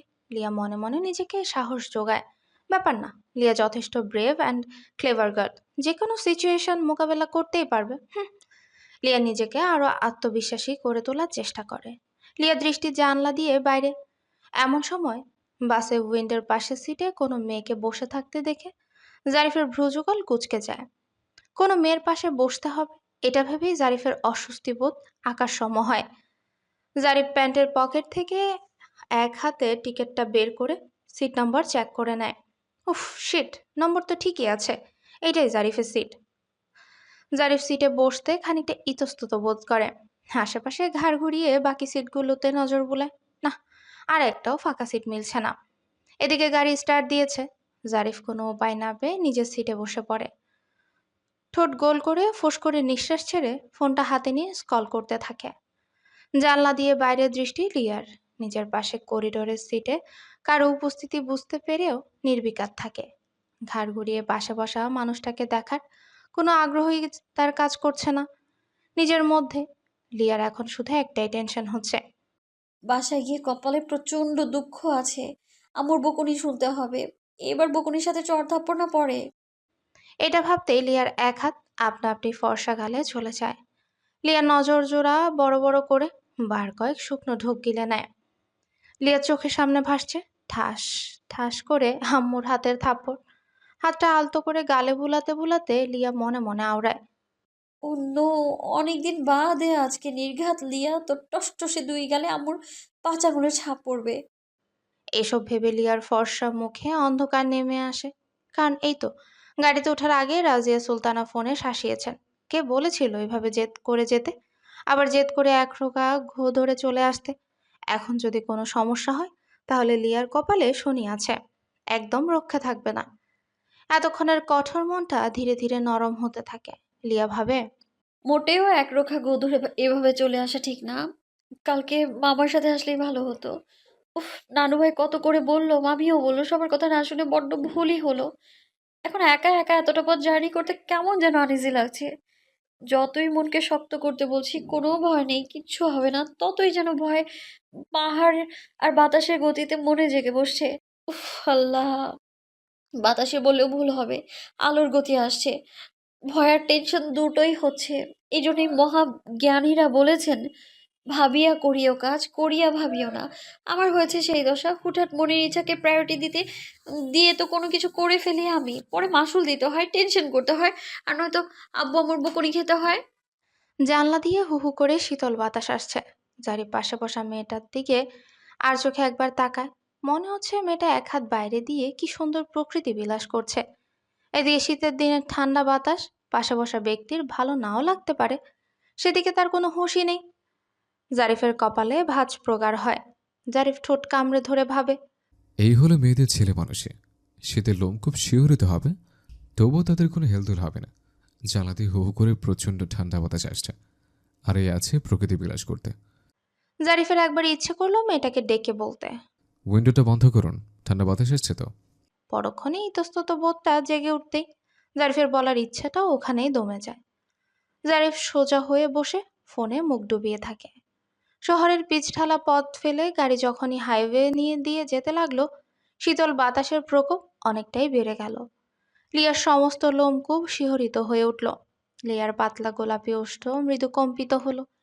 লিয়া এক হাতে গায়ের উপর দেয়া শালটা একটু ভালো করেই জড়িয়ে নিল। অবশেষে ঠান্ডা বাতাসের কাছে পরাজিত হয়ে অনিচ্ছা সত্ত্বেও লিয়া এক হাতে উইন্ডোটা টেনে দিল। লিয়া সোজা হয়ে বসে। সময় কাটানোর জন্য হ্যান্ডব্যাগ থেকে ফোন আর ইয়ারফোনটা বের করে। ইয়ারফোনটা কানে গোজার সময় লিয়ার দৃষ্টি যায় পাশে বসা মানবের দিকে, যে কিনা ফোনে মুখ ডুবিয়ে রেখেছে। প্রায় আধা ঘন্টা হবে গাড়ি চলছে। এই সময়টা ধরে লিয়া খেয়াল করেছে পাশের মানুষটা না লিয়াকে কোনো ডিস্টার্ব করেছে আর না কথা বলার ট্রাই করেছে। এটা ভেবে লিয়ার খানিকটা কৌতূহল হলো এক নজর পাশে বসা মানুষটাকে দেখতে। ইয়ারফোন কানে গুজতে গুজতে লিয়া আর চোখে এক পলক তাকায়। এক পলক তাকাতেই লিয়ার পলক থমকে যায়। পাশে বসা সুদর্শন পুরুষটাকে দেখে লিয়া ঘন ঘন পলক ঝাপটায়। অফ হোয়াইট টি শার্টের উপরে ব্ল্যাক জ্যাকেট, জ্যাকেটের চেনটা খোলা, অ্যাশ কালারের ড্যানিম প্যান্ট, পায়ে ব্ল্যাক ক্যাটস, আকর্ষণীয় ভঙ্গিমায় বসে ফোন স্কল করছে। লিয়া অবাক চাহনিতে চেয়ে আশ্চর্য হয়ে আমতা আমতা করে বলে ওঠে, আ- আপনি এইখানে? আমি স্বপ্ন দেখছি না তো? আমার পাশে আপনি? অবশ্য সেদিনের পর এর আগে যে কবার আপনাকে দেখেছি সেটা স্বপ্নেই। এখন গাড়িতে বসে জেগে জেগে স্বপ্ন দেখছি না তো? আই কান্ট বিলিভ মাই আইস। লিয়া এতক্ষণ এক্সাইটেড হয়ে গড়গড় করে এক নাগাড়ে কথাগুলো বলে ফেলে। জারিফ মাথাটা তুলে ঘাড় ঘুরিয়ে উপরের দাঁত দিয়ে নিচের ঠোঁট কামড়ে ধরে শীতল চাহনিতে লিয়ার দিকে তাকায়। জারিফের শীতল চাহনিতে লিয়ার নজর পড়তে লিয়া থমথমে মুখাভয় করে চুপ হয়ে যায়। লিয়া ঠোঁটে ঠোঁট চেপে বলে,